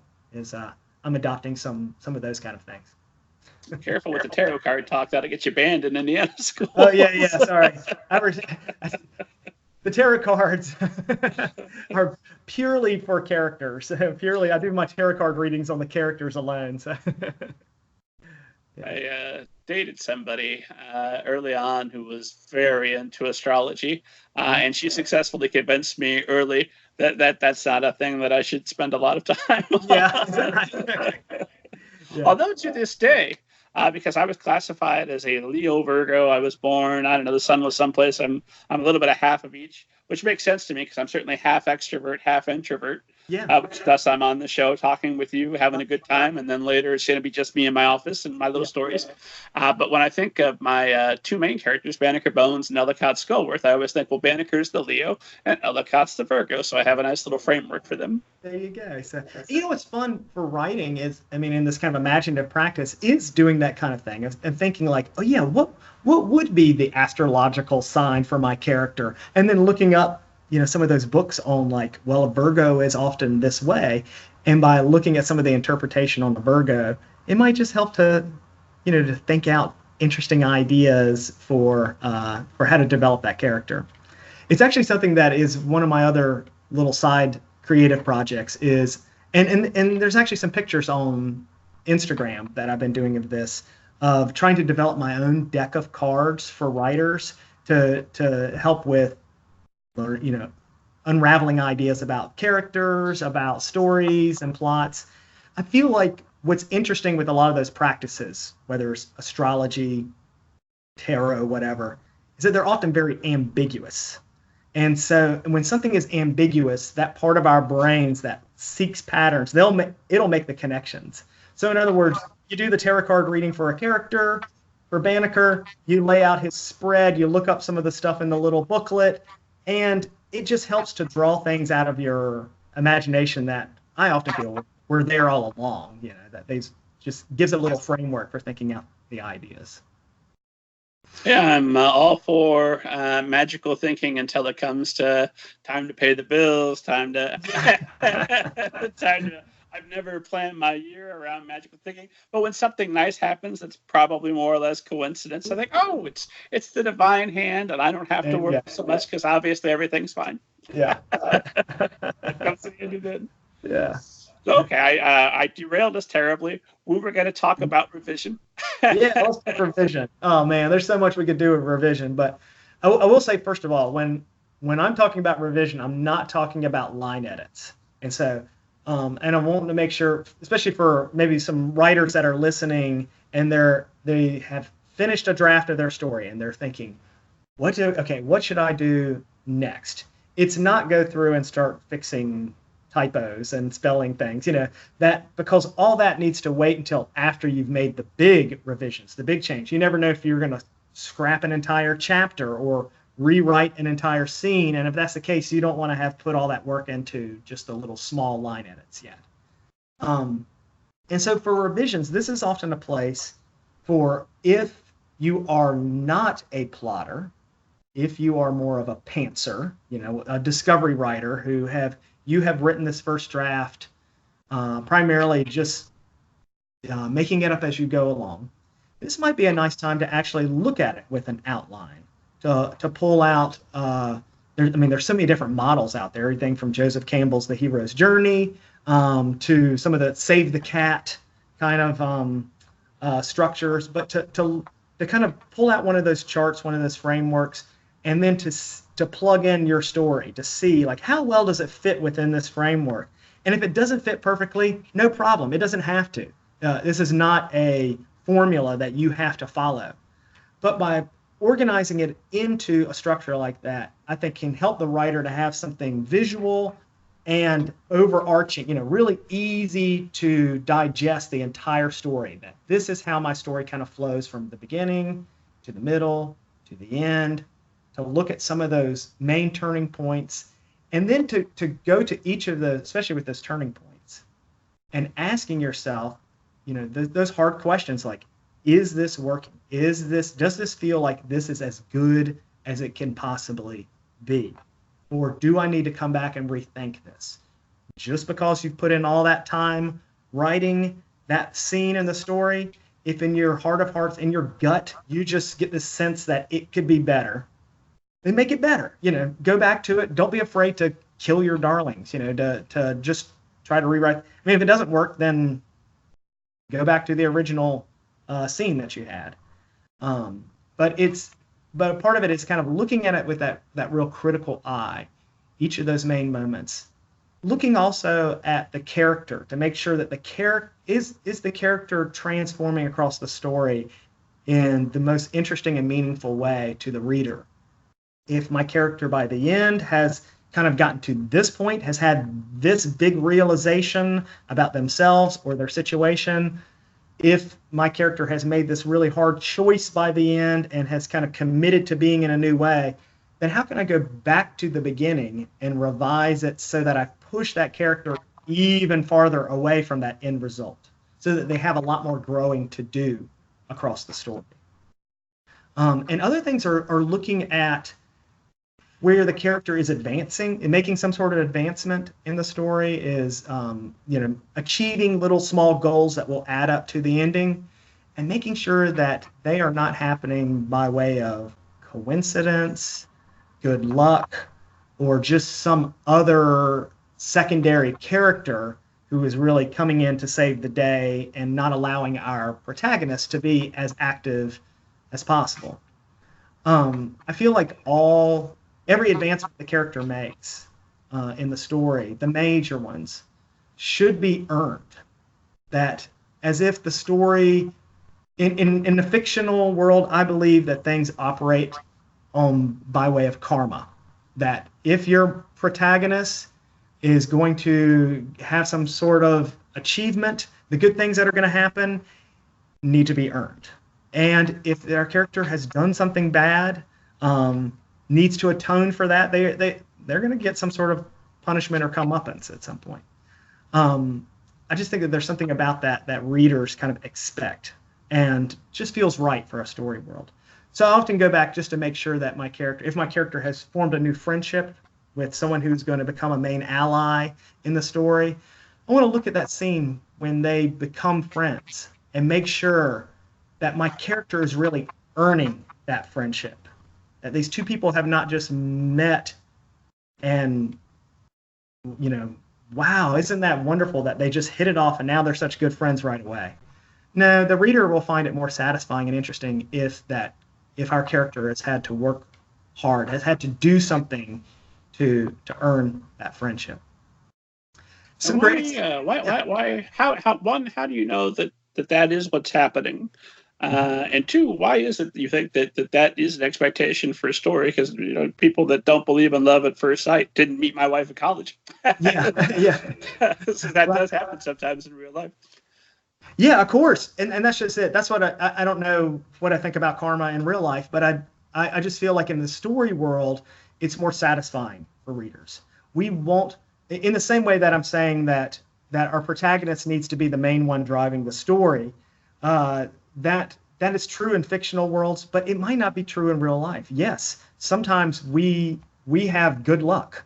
Sometimes we have wonderful coincidences. Sometimes two people meet and they hit it off perfectly right off the bat.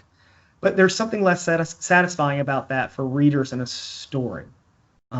Readers in stories like to, part of the appeal of a story in a way is the struggle.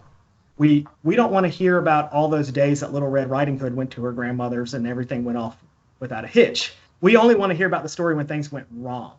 So there, I think part of it is like why readers are there in the first place. They like for things to go wrong. They like for characters to have to work hard to achieve and to that their goal is not easily attainable. And so I think it's partially just a difference between the realities of fiction and the realities of reality. I don't know if unfortunately. Yeah. That makes sense. Although when you're looking at your story and you say, well, they chatted in a coffee shop for an entire chapter, so obviously best friends. How do I know whether or not that's earned? How can I go back and decide whether I'm playing fair? Yeah, well, part of it is building, just like you would want to do with any scene, to make the scene engaging for the reader. There needs to be a bit of anticipation of what's going to happen next. That we often think of a story having a large goal that is going to happen at the climax. But in a way, each scene should be built around like a mini plot arc of problem, process, and solution. That the character has some small goal here that, may or may not work out in the end. And so say we have these friends who have just met and they're sitting in a coffee shop. If they're just having a conversation and the conversation is going smoothly, there might be some really entertaining banter that goes on there. It might be kind of fun just to hear them talk back and forth. But the scene would probably be more engaging if there is a potential for failure, that we have a sense going into the scene that there is some sort of little goal.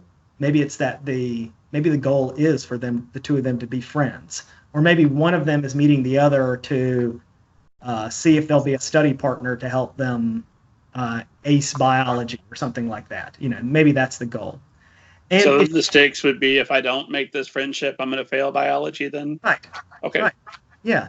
So yeah, it's having stakes in a way, and also meaningful stakes in that there are real consequences for it. That from the reader standpoint, if we want these two characters, if we're hoping that if the conversation goes successfully, they're going to be friends. If the conversation doesn't go successfully and they don't hit it off and they're not going to be friends, who cares?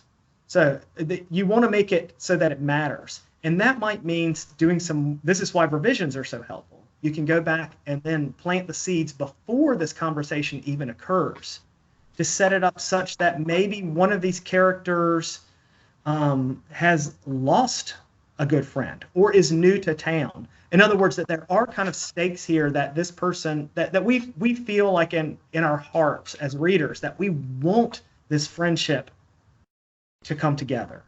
And if it doesn't come together, the consequences might be for us as readers. We're going to feel a lot of disappointment. We were hoping this was going to happen for our protagonists, maybe because they are friendless or have something bad going on in their life. But that work needs to be done ahead of time to set up the scene. And to guide the scene such that it doesn't always flow in this nice, easy progression, so that maybe that there are stumbling blocks. There's little obstacles along. The obstacles in a story make the story interesting, but they also make the scene interesting too.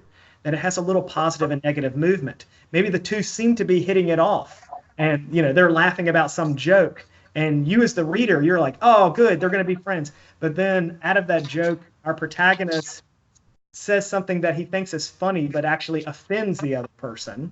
So now it goes back into negative territory. We're like, oh no, he just blew that. He messed that all up entirely. And then we now need to see our protagonist. What is he going to do? How is he going to then now try to make it up to this other person? Is it just going to be that the other person is going to let him have a pass and just say, oh, I know you were just kidding? That might not feel as interesting and to readers as if the character then does something to try to make that up, or to explain that conversation away. And maybe he digs himself into a deeper hole. I mean, that might make the whole scene even more interesting. But it's that little up and down. It's that movement of some success, some potential for failure, that thread a conversation such that the reader is on the edge. Even if it's just a conversation in a coffee shop, we want the reader to be, in a way, on the edge of their seat, wondering, where is this going? where I am kind of anticipating that they may or may not wind up being friends at the end. And I'm hoping they are, and I'm worried they might not, but that the conversation is playing on our emotions as it goes along to make sure that we are engaged as readers. Makes sense. And then are you doing that? Well, let me ask you, before I ask you about the larger plot, when you're dealing with characters where we have a pretty good idea where they're going, like it's not going to be a huge surprise that Pinocchio and Geppetto are maybe starting to get along a little bit. Right. How do you play with that and keep us in some suspense? Because you do. Well, a lot of it is those little positive and negative turns of having having Pinocchio really screw things up sometimes so that he makes Geppetto upset, or having him sometimes do something really lovable and sweet that touches Geppetto's heart. And so it's the variety of those things, of making sure that I don't have too many blunders on my character's part or too many kind of smooth successes, but it's that kind of nice up and down movement across scenes. And so I'll kind of look at the scenes individually and think, okay, we just had this really sweet moment between Pinocchio and Geppetto, and it seems like they're starting to bond. So I need to pull the reader, I need to have a reversal. I need to do something in the next scene with that will feel like it's pulling them apart, and will get the readers worried. We're toying with reader emotions at all time. And so part of the revision process is going through those individual scenes, the arc of a character relationship, and thinking about what is the reader wondering right now, and then kind of guiding them through with questions. We might not actually write these questions out, but we kind of wonder them in our head. In this particular scene with Pinocchio and Geppetto, what is the reader probably going to be wondering? And maybe right now they're going to be wondering, should Geppetto, is Geppetto thinking that he should get rid of Pinocchio? I don't want him to do that, or is Geppetto in trouble, and will Pinocchio be able to save him and prove himself as a good companion, potential son, whatever it is? And so, but Maestro, the talking cricket, doesn't like the way Pinocchio's looking at that hammer. Sure. Yeah.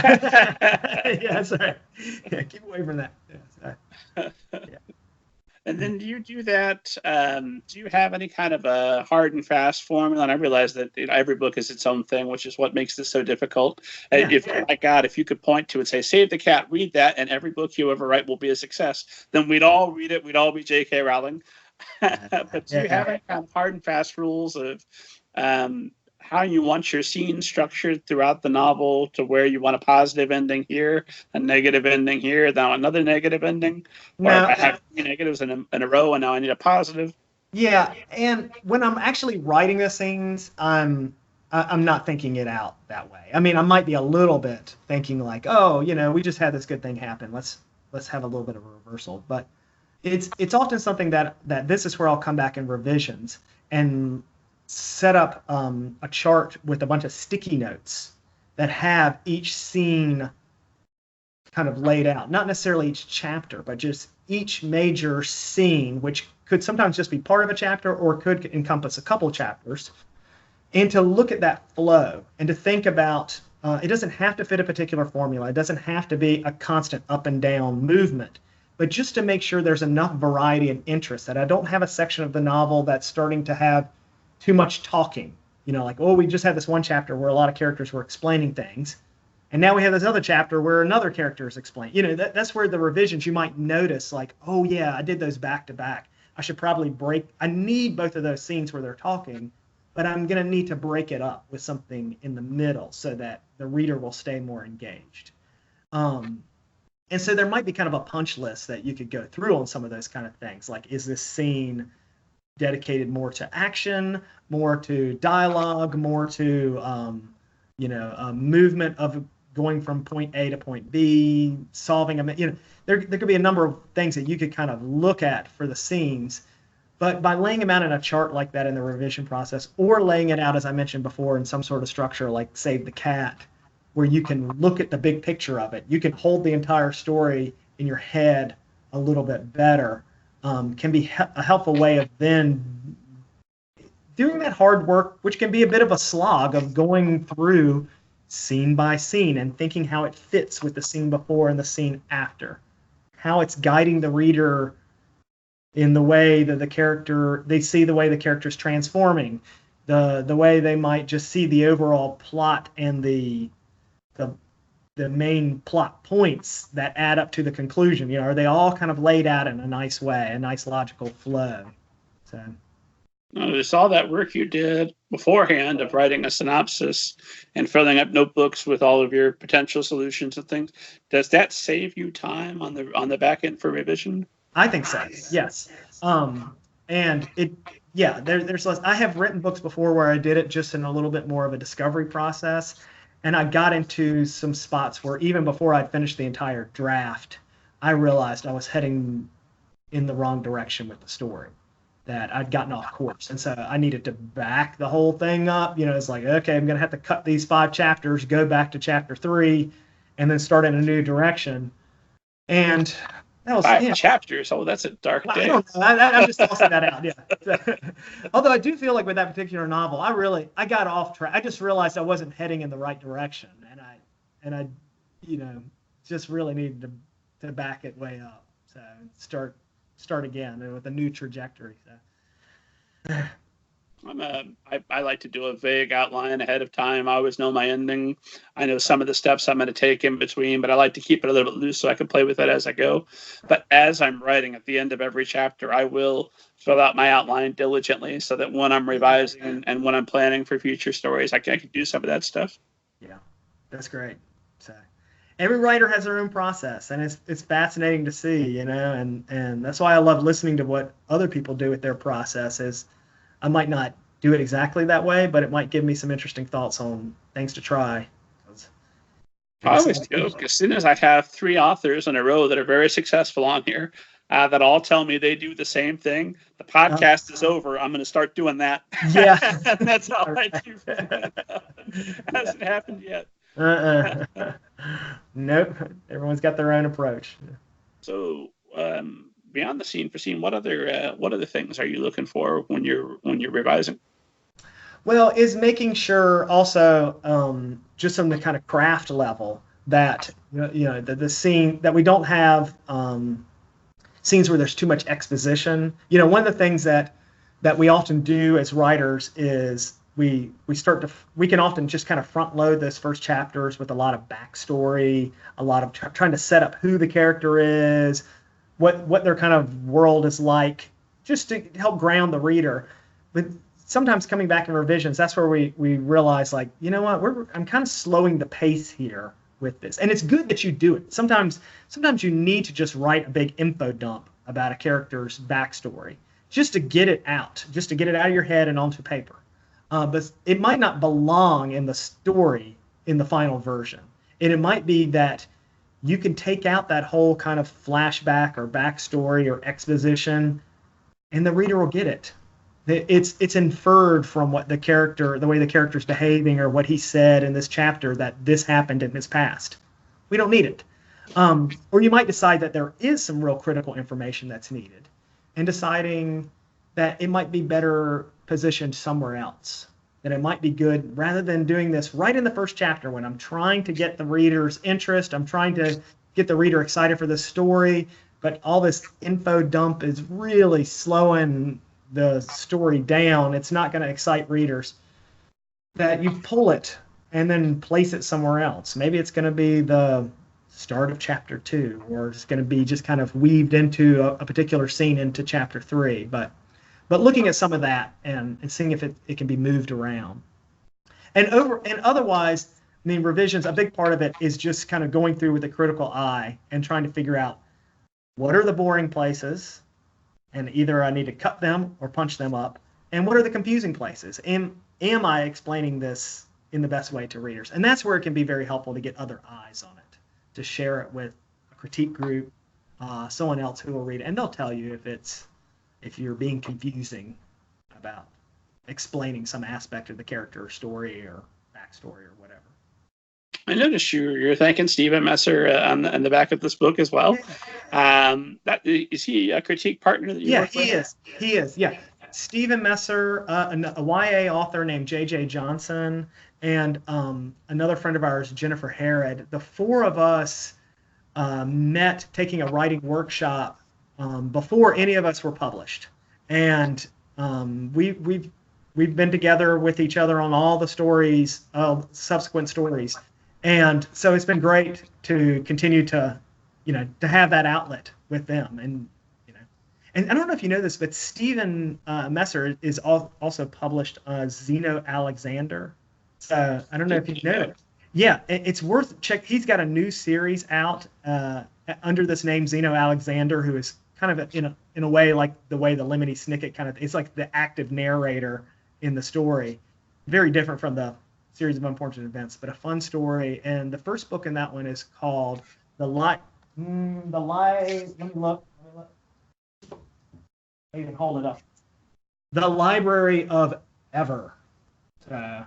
Plug for my buddy Stephen here, because this is a really cool book and the start of a new series that he's doing. So anyway. Stephen, if you're listening, and I assume since we've mentioned you directly that you are, if you're looking for a place to promote that book, hey, come on the show. It'll be great. All right. I'll tell him personally. So. How often do you meet with your critique partners? It used to be we had a more regular schedule about it, but when we first began, we were still just trying to figure out what was the best way to do a critique group. It's not like there were a rule book for or a guide to it. So we would often set at the beginning. We would say every 2 weeks, let's send each other a chapter that we've written. That way, we each had a goal that we knew we had to meet. We have 2 weeks to complete a chapter. Send it to the other people in the critique group. We'll all read it within a day or two before meeting, and then meet and discuss the chapter. And it worked great. It helped, especially in those early years before we were published. It was very helpful just in keeping us on a regular. We were accountable to someone. There was someone that we knew they were going to be expecting this chapter for our meeting, which is already scheduled on the calendar next month on this particular day. But the truth was that I think for all of us, we kind of realized that process of getting a lot of heavy feedback chapter by chapter was not the best way to get the feedback, or because in a sense also nowadays it's better to just get feedback on the entire story. So it often becomes that we won't share what we're writing with each other until we have a completed first draft. And then it becomes, a couple of meetings to give that person feedback. Oh, wow. So you have to, it's always, for me, painful enough to sit there once, but multiple meetings. Well, maybe. It just depends on how much there is to discuss. Sometimes there's so much to talk about in giving the person feedback that we can't quite get it all in one meeting. It just varies. It varies. Yeah. I'm big, as much as I possibly can. I like to get my critique group an early sample, maybe, the first 50, 60 pages. Tell me all the things you're thinking now while I'm still midway through and can incorporate that, as opposed to once I'm finished and kind of married to some of these ideas. Yeah. It's true. That's a great way actually of doing it. In fact, I like that a lot. It might be something that I'll steal that one from you, because you're right. It does. Because at that point, once you've kind of established the story and you've gotten to that point, maybe 50 pages in, you're solidly into the story. It can be fun just to see, what are readers going to be expecting? What are they? Because as I mentioned before, I find it so helpful to think about in the writing process of trying to imagine what is the reader wondering is the direction that this story is going to go.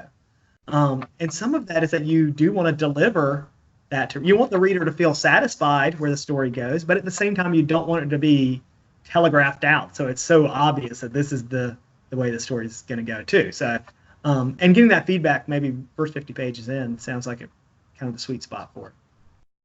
Nothing annoys me more than when two characters meet and I can tell they're already in love.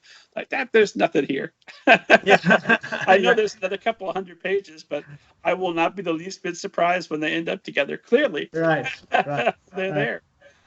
That's why I love sometimes when they have stories like that and the characters do get together kind of quickly, and you realize like, oh, this isn't going to last. Something's going to derail. That is the antidote to that Yeah. Sometimes it's almost more fun to watch characters break up than get together. Yeah, for sure. There's something to be said for that. That might just be a byproduct of getting married and being in a solid relationship. Yeah. I'm not worried about going out and meeting somebody new. Oh But yeah. tell me what to watch out for this breaking up. Yeah. I want to avoid that. And then you use beta readers or people beyond your critique groups to get feedback?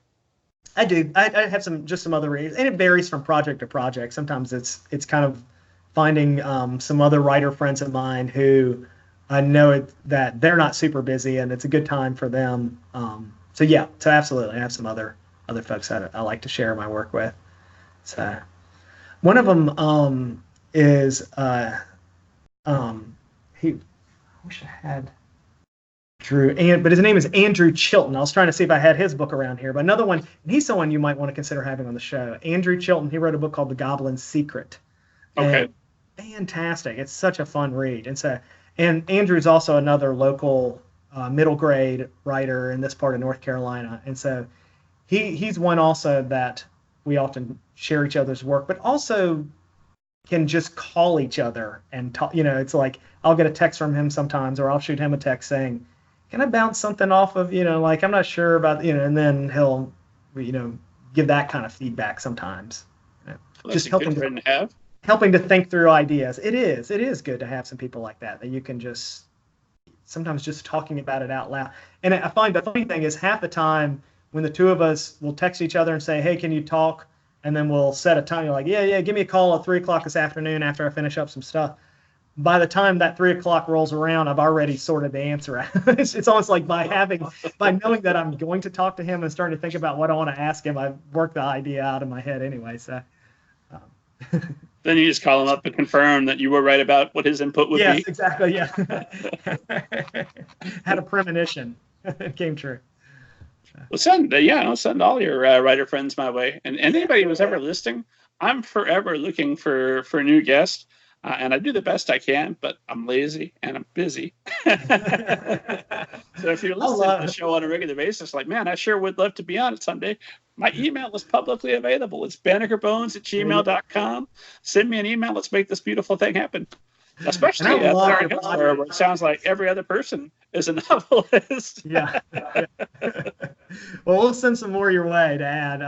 Because Middle Grade Ninja's podcast has been so much fun to listen to. So I love all you're doing for our community and sharing, introducing us to a lot of these other writers out there. I'm excited. I hope that other people are benefiting from it. But as always, my primary concern is numero uno, and I'm benefiting. I'm glad. Yeah, good. Well, we want things I've learned just this episode. I'm going to go back and all right, this is now the John Claude Bemis method. Let's make sure we're applying the rule of 6. Yeah. Well, it's like these, if mama's happy, everyone's happy. So if you're happy, we're all happy too. So out here. That'll work out. Well, John, I know I've kept you. For those listening instead of watching, I've kept you at a standing desk for nearly 2 hours now. So I suppose it's probably time to start thinking about winding down so you can get on with your writing and everything else you've got going on. But I do want to ask you a couple more questions. One, I want to ask you what you've got going on, what we can look forward to here in the near future. I am doing a graphic novel. Oh, great. Yeah, yes. And so it hasn't been announced, but it hopefully we're still getting an illustrator on board. But it'll be a graphic novel called Rodeo Hawkins and the Daughters of Mayhem, which has, yes, and it's travels across the multiverse, lots of alternate Earths, strange alternate Earths, and we have this renegade group called the Daughters of Mayhem, led by their Peter Pan, a little bit Peter Pan inspired leader named Rodeo Hawkins, and she's quite a number anyway. I don't know. I haven't worked on my elevator pitch yet for it, as you can tell, but it's been a fun project. If you're still looking for an illustrator, we're probably talking how far out from when we can get in our hot little hands. Probably not I haven't heard a date yet, but I would think it's going to have to be early 2021. I would thing. Because you're right, that'll be, I mean, for an illustrator to do an entire novel, graphic novel like this, it'll be a big jump.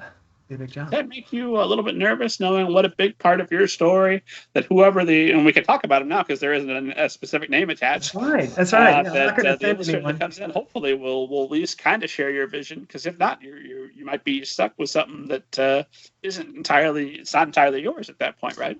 Right. That's true. And I think this is where the music side of what I do artistically comes in, which is that in music there's a lot of collaboration. I can't, when I get together with my band, when we're working on songs, I'm contributing to it, but I don't get the whole say on it. And I'm viewing this story, this Rodeo Hawkins and the Daughters of Mayhem, as a story that will be something that I want the illustrator to feel ownership of also. And so I'm happy to hand over some of the storytelling process to the right person. And so hopefully it'll be a good fit. Is there anxiety? Yeah, sure, of course. That it could, that it might not come together. But I'm hoping that we're going to find the right person who gets the story, gets the humor, gets the excitement of it, and will bring it to life visually. As opposed to all of your other books where there was absolutely no anxiety.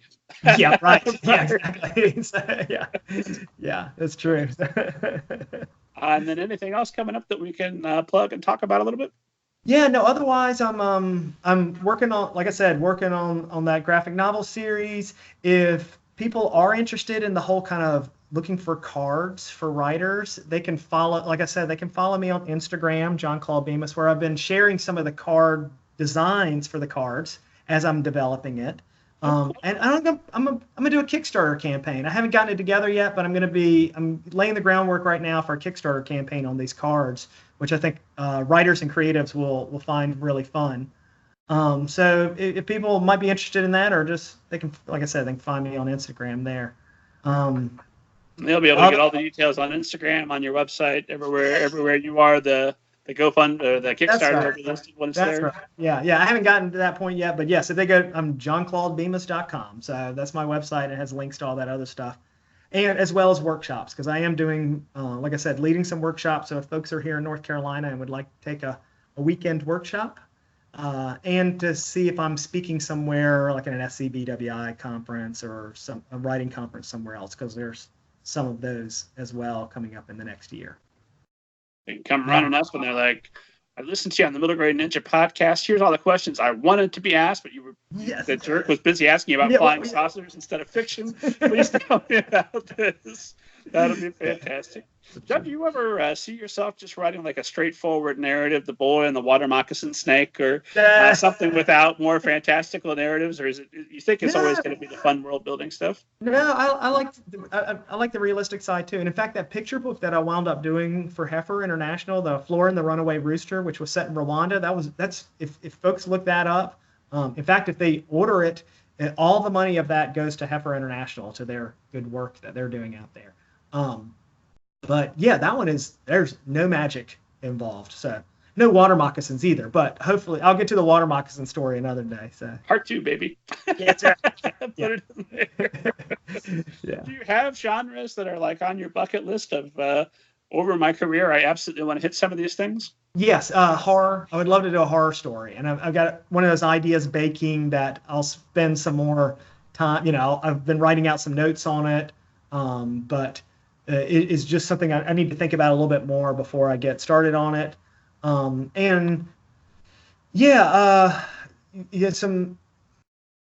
I love the idea of taking things like what you were talking about, a little bit more memoirish. I feel like I will never have an autobiography that will be interesting for anyone, but I would love to just take some like the funnier moments from my life that might make for a good story and write those either as short story pieces or something like that. So otherwise, I have no interest in writing a biography, because I feel like you get the emotional truth through the novels, but there's way more interesting stuff that happened. Nobody wants to read a book about I came home, I loved my wife, I loved my son, Yeah. I loved my book for a couple of hours, and then I went to bed. Right. I love that life. I couldn't be more thrilled with it, but why would you want to read about Exactly. it? Yeah, I think it's good that we have lives that will never get turned into autobiographies. So, yeah. But in general, like what you're saying, my brain tends to lean more towards magical worlds and speculative fiction kind of things, and so that's more often than not my storytelling will take that angle. It's working out, man. Keep with it. Thanks. I appreciate it. I love getting to do it. So. Last question, and then I promise to stop talking your face off. But this is the one I intentionally saved for last to make up for all the questions I should have asked and just didn't think to at the time. Is there any piece of advice that we haven't talked about that you want writers out there to know, that if you could go back and tell young Claude Bemis, do this, that would maybe maybe have made your path easier? What would that advice be? Let me think for a second.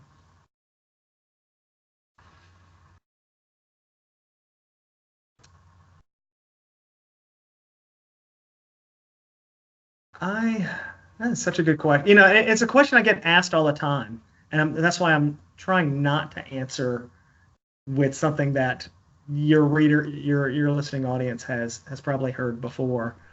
But I think the piece that has been most helpful, and it wasn't something that I necessarily didn't know when I began my career, but something that has just had a lot of longevity for me and has been helpful, is the making sure that I'm spending active time at work just in my imagination. That we often think about the work that we do in writing a book as that time spent at the computer, but we often can't write every single day. That it's just not feasible for someone to have that as the writing practice, where they're going to sit at their computer or sit down with their notebook and write every single day. But every single day we can spend time daydreaming about our characters, thinking about our stories. And it means finding those little moments in the day where you don't listen to music on the ride home and you just have it silent in the car. And you don't let your mind wander about what you want to do for dinner or what you're going to do this weekend, but you just think about your characters deeply and hold your thoughts there, doing a lot of deep imagining. And there can be great times doing that, folding the laundry. A lot of my best ideas come when I'm in the shower, but it often means going in intentionally and making sure that my thoughts go there, not just counting on them to naturally drift into the world of my story, but making sure that it's purposeful when I do think about my story. Lots of different times throughout the day. If only I could get my mind to stop, especially right before I want to go to sleep. Yeah, right. Yeah. Esteemed audience, as always, make sure you're checking out what's going on with the show at middlegradeninja.com. Make sure you're coming back for our next talk with author Mira Bartuk. That's going to be amazing. This has been amazing. Thank you so much for clearing so much of your time this afternoon. I've absolutely loved every moment of this conversation. Me too, Rob. It's been great talking to you. It's a lot of fun. Thank you so much for having me on, and thanks for all you're doing with the Middle Grade Ninja podcast. My friend, I'm going to be around hopefully for quite a while, and when the new book comes out, come back. I'll come up with all new questions to take up your time with. I am asking all of our guests to sign us off because I'm always trying to figure out, what do we call this show, Middle Grade Ninja? How do we justify that ninja? And so our sign-off phrase is how I've decided to resolve it. And the sign-off phrase is "Hiya" and "What have you." Will you sign us off? Hiya, what have you.